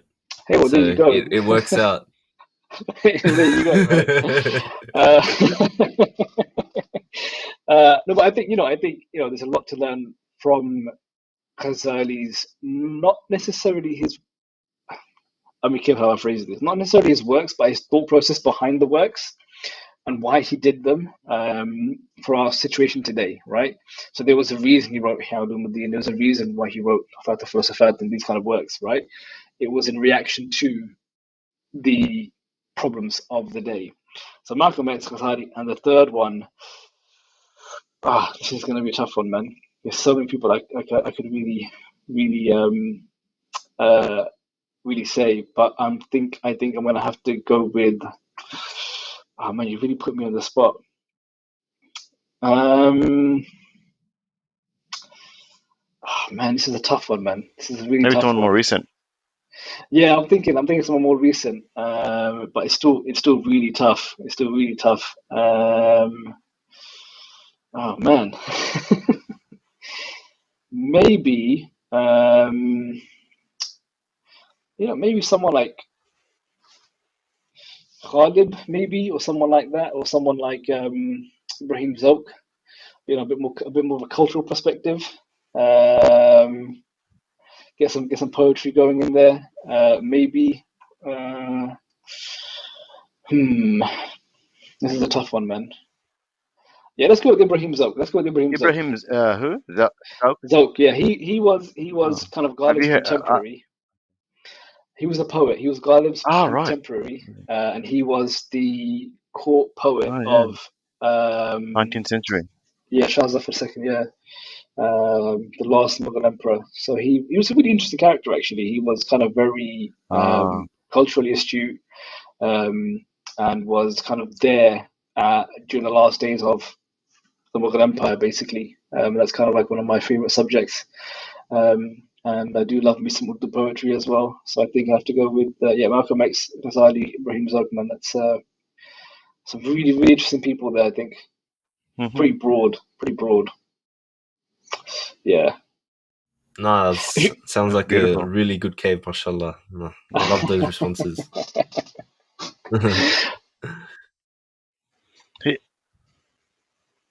Yeah, sorry, Yeah. Saadi? I think you're saying something? No, did Ibrahim Zouk die in the mutiny? The Indian He mutiny? died, yeah. I believe so, yeah. I believe that's You correct, know? yeah. Yeah. I believe it was around Yeah. that time, actually. Yeah, I believe it was around there. I'm not 100% actually, now that you Okay. ask me. I'm not Okay. sure. That's all right. He died in. No, I think he That's all died right. just before the mutiny, actually. Yeah, he died a few Okay. years before the mutiny. Yeah, that's right. Sorry, yeah, that's right. Right. Okay. Yeah, You really said interesting the guy. last he was the court poet to the last Mughal emperor, so that's Yeah, I was so thinking hold this up a second. Yeah, that meant that ended with the mutiny. Yeah. yeah, he was his teacher as well. Yeah, But yeah, he ended with the mutiny. Yeah, he taught him poetry as well. It's a really Okay. interesting kind of culture. Yeah. It's a really interesting Islamic culture as well. How they kind of preserved Islam and created Islam, created a subcontinent Islam, and through the use of Urdu and through the use of poetry. yeah, definitely. Yeah, we'll probably wrap it up here. Like, Jazakallah khair for coming on the show. Awesome. I really enjoyed this discussion. I think honestly, it probably went for 3 hours longer. Even could go on forever, to be honest. Maybe inshallah, if you come Australia, Sydney, we'll have like an 8-hour podcast, like me, Saadi, and a few other boys. We have a little studio, so since it's lockdown now, we can't go there. But like, when the lockdown's down, come down and we'll have a long discussion. There's so much, there's actually so much to keep on discussing. Like, we didn't even get to like racisms and unpacking that, but we did touch on it here and there. But essentially, Maybe we'll give you a break for now and have you again in a few months. Yeah, yeah, man. that If you guys could tolerate my kind of long-winded tangents and like rambling, yeah. Oh my god, no, it's the best. Nah, it's the best. Like, I'm on Facebook for 2 reasons. It's either like Uthman's posts or like your posts. Mashallah. So. No way, man. It's completely different. Always looking forward to it. Uthman's way different. He's a different league to me, man. Mashallah, man. But yeah, mashallah, like everyone's doing their bit. So like alhamdulillah, like really enjoyed the discussion. And I made sure Saadi was on the show because I know you guys are like close as well, Saadi, that's right, man. So that's it. A cosmic connection, bro. Absolutely. Lovely to see you, bro. Yeah, so wrap it up there. So alhamdulillah. So for our listeners, thank you for giving us your attention. If you want to leave any comments or queries, you can visit us on our social medias or on Facebook, Instagram, and Twitter as well. And if you want to support us financially, visit our Patreon page, so patreon.com/boysinthecave. And yeah, just keep sharing our content, and inshallah, I hope you guys benefit from this content as well. So from our special guest, Nadeem Dawud, and our co-host Saadi and myself, we wish you all the best. This is Handsome signing off. Assalamu alaikum. Assalamu alaikum wa rahmatullah. Right, so.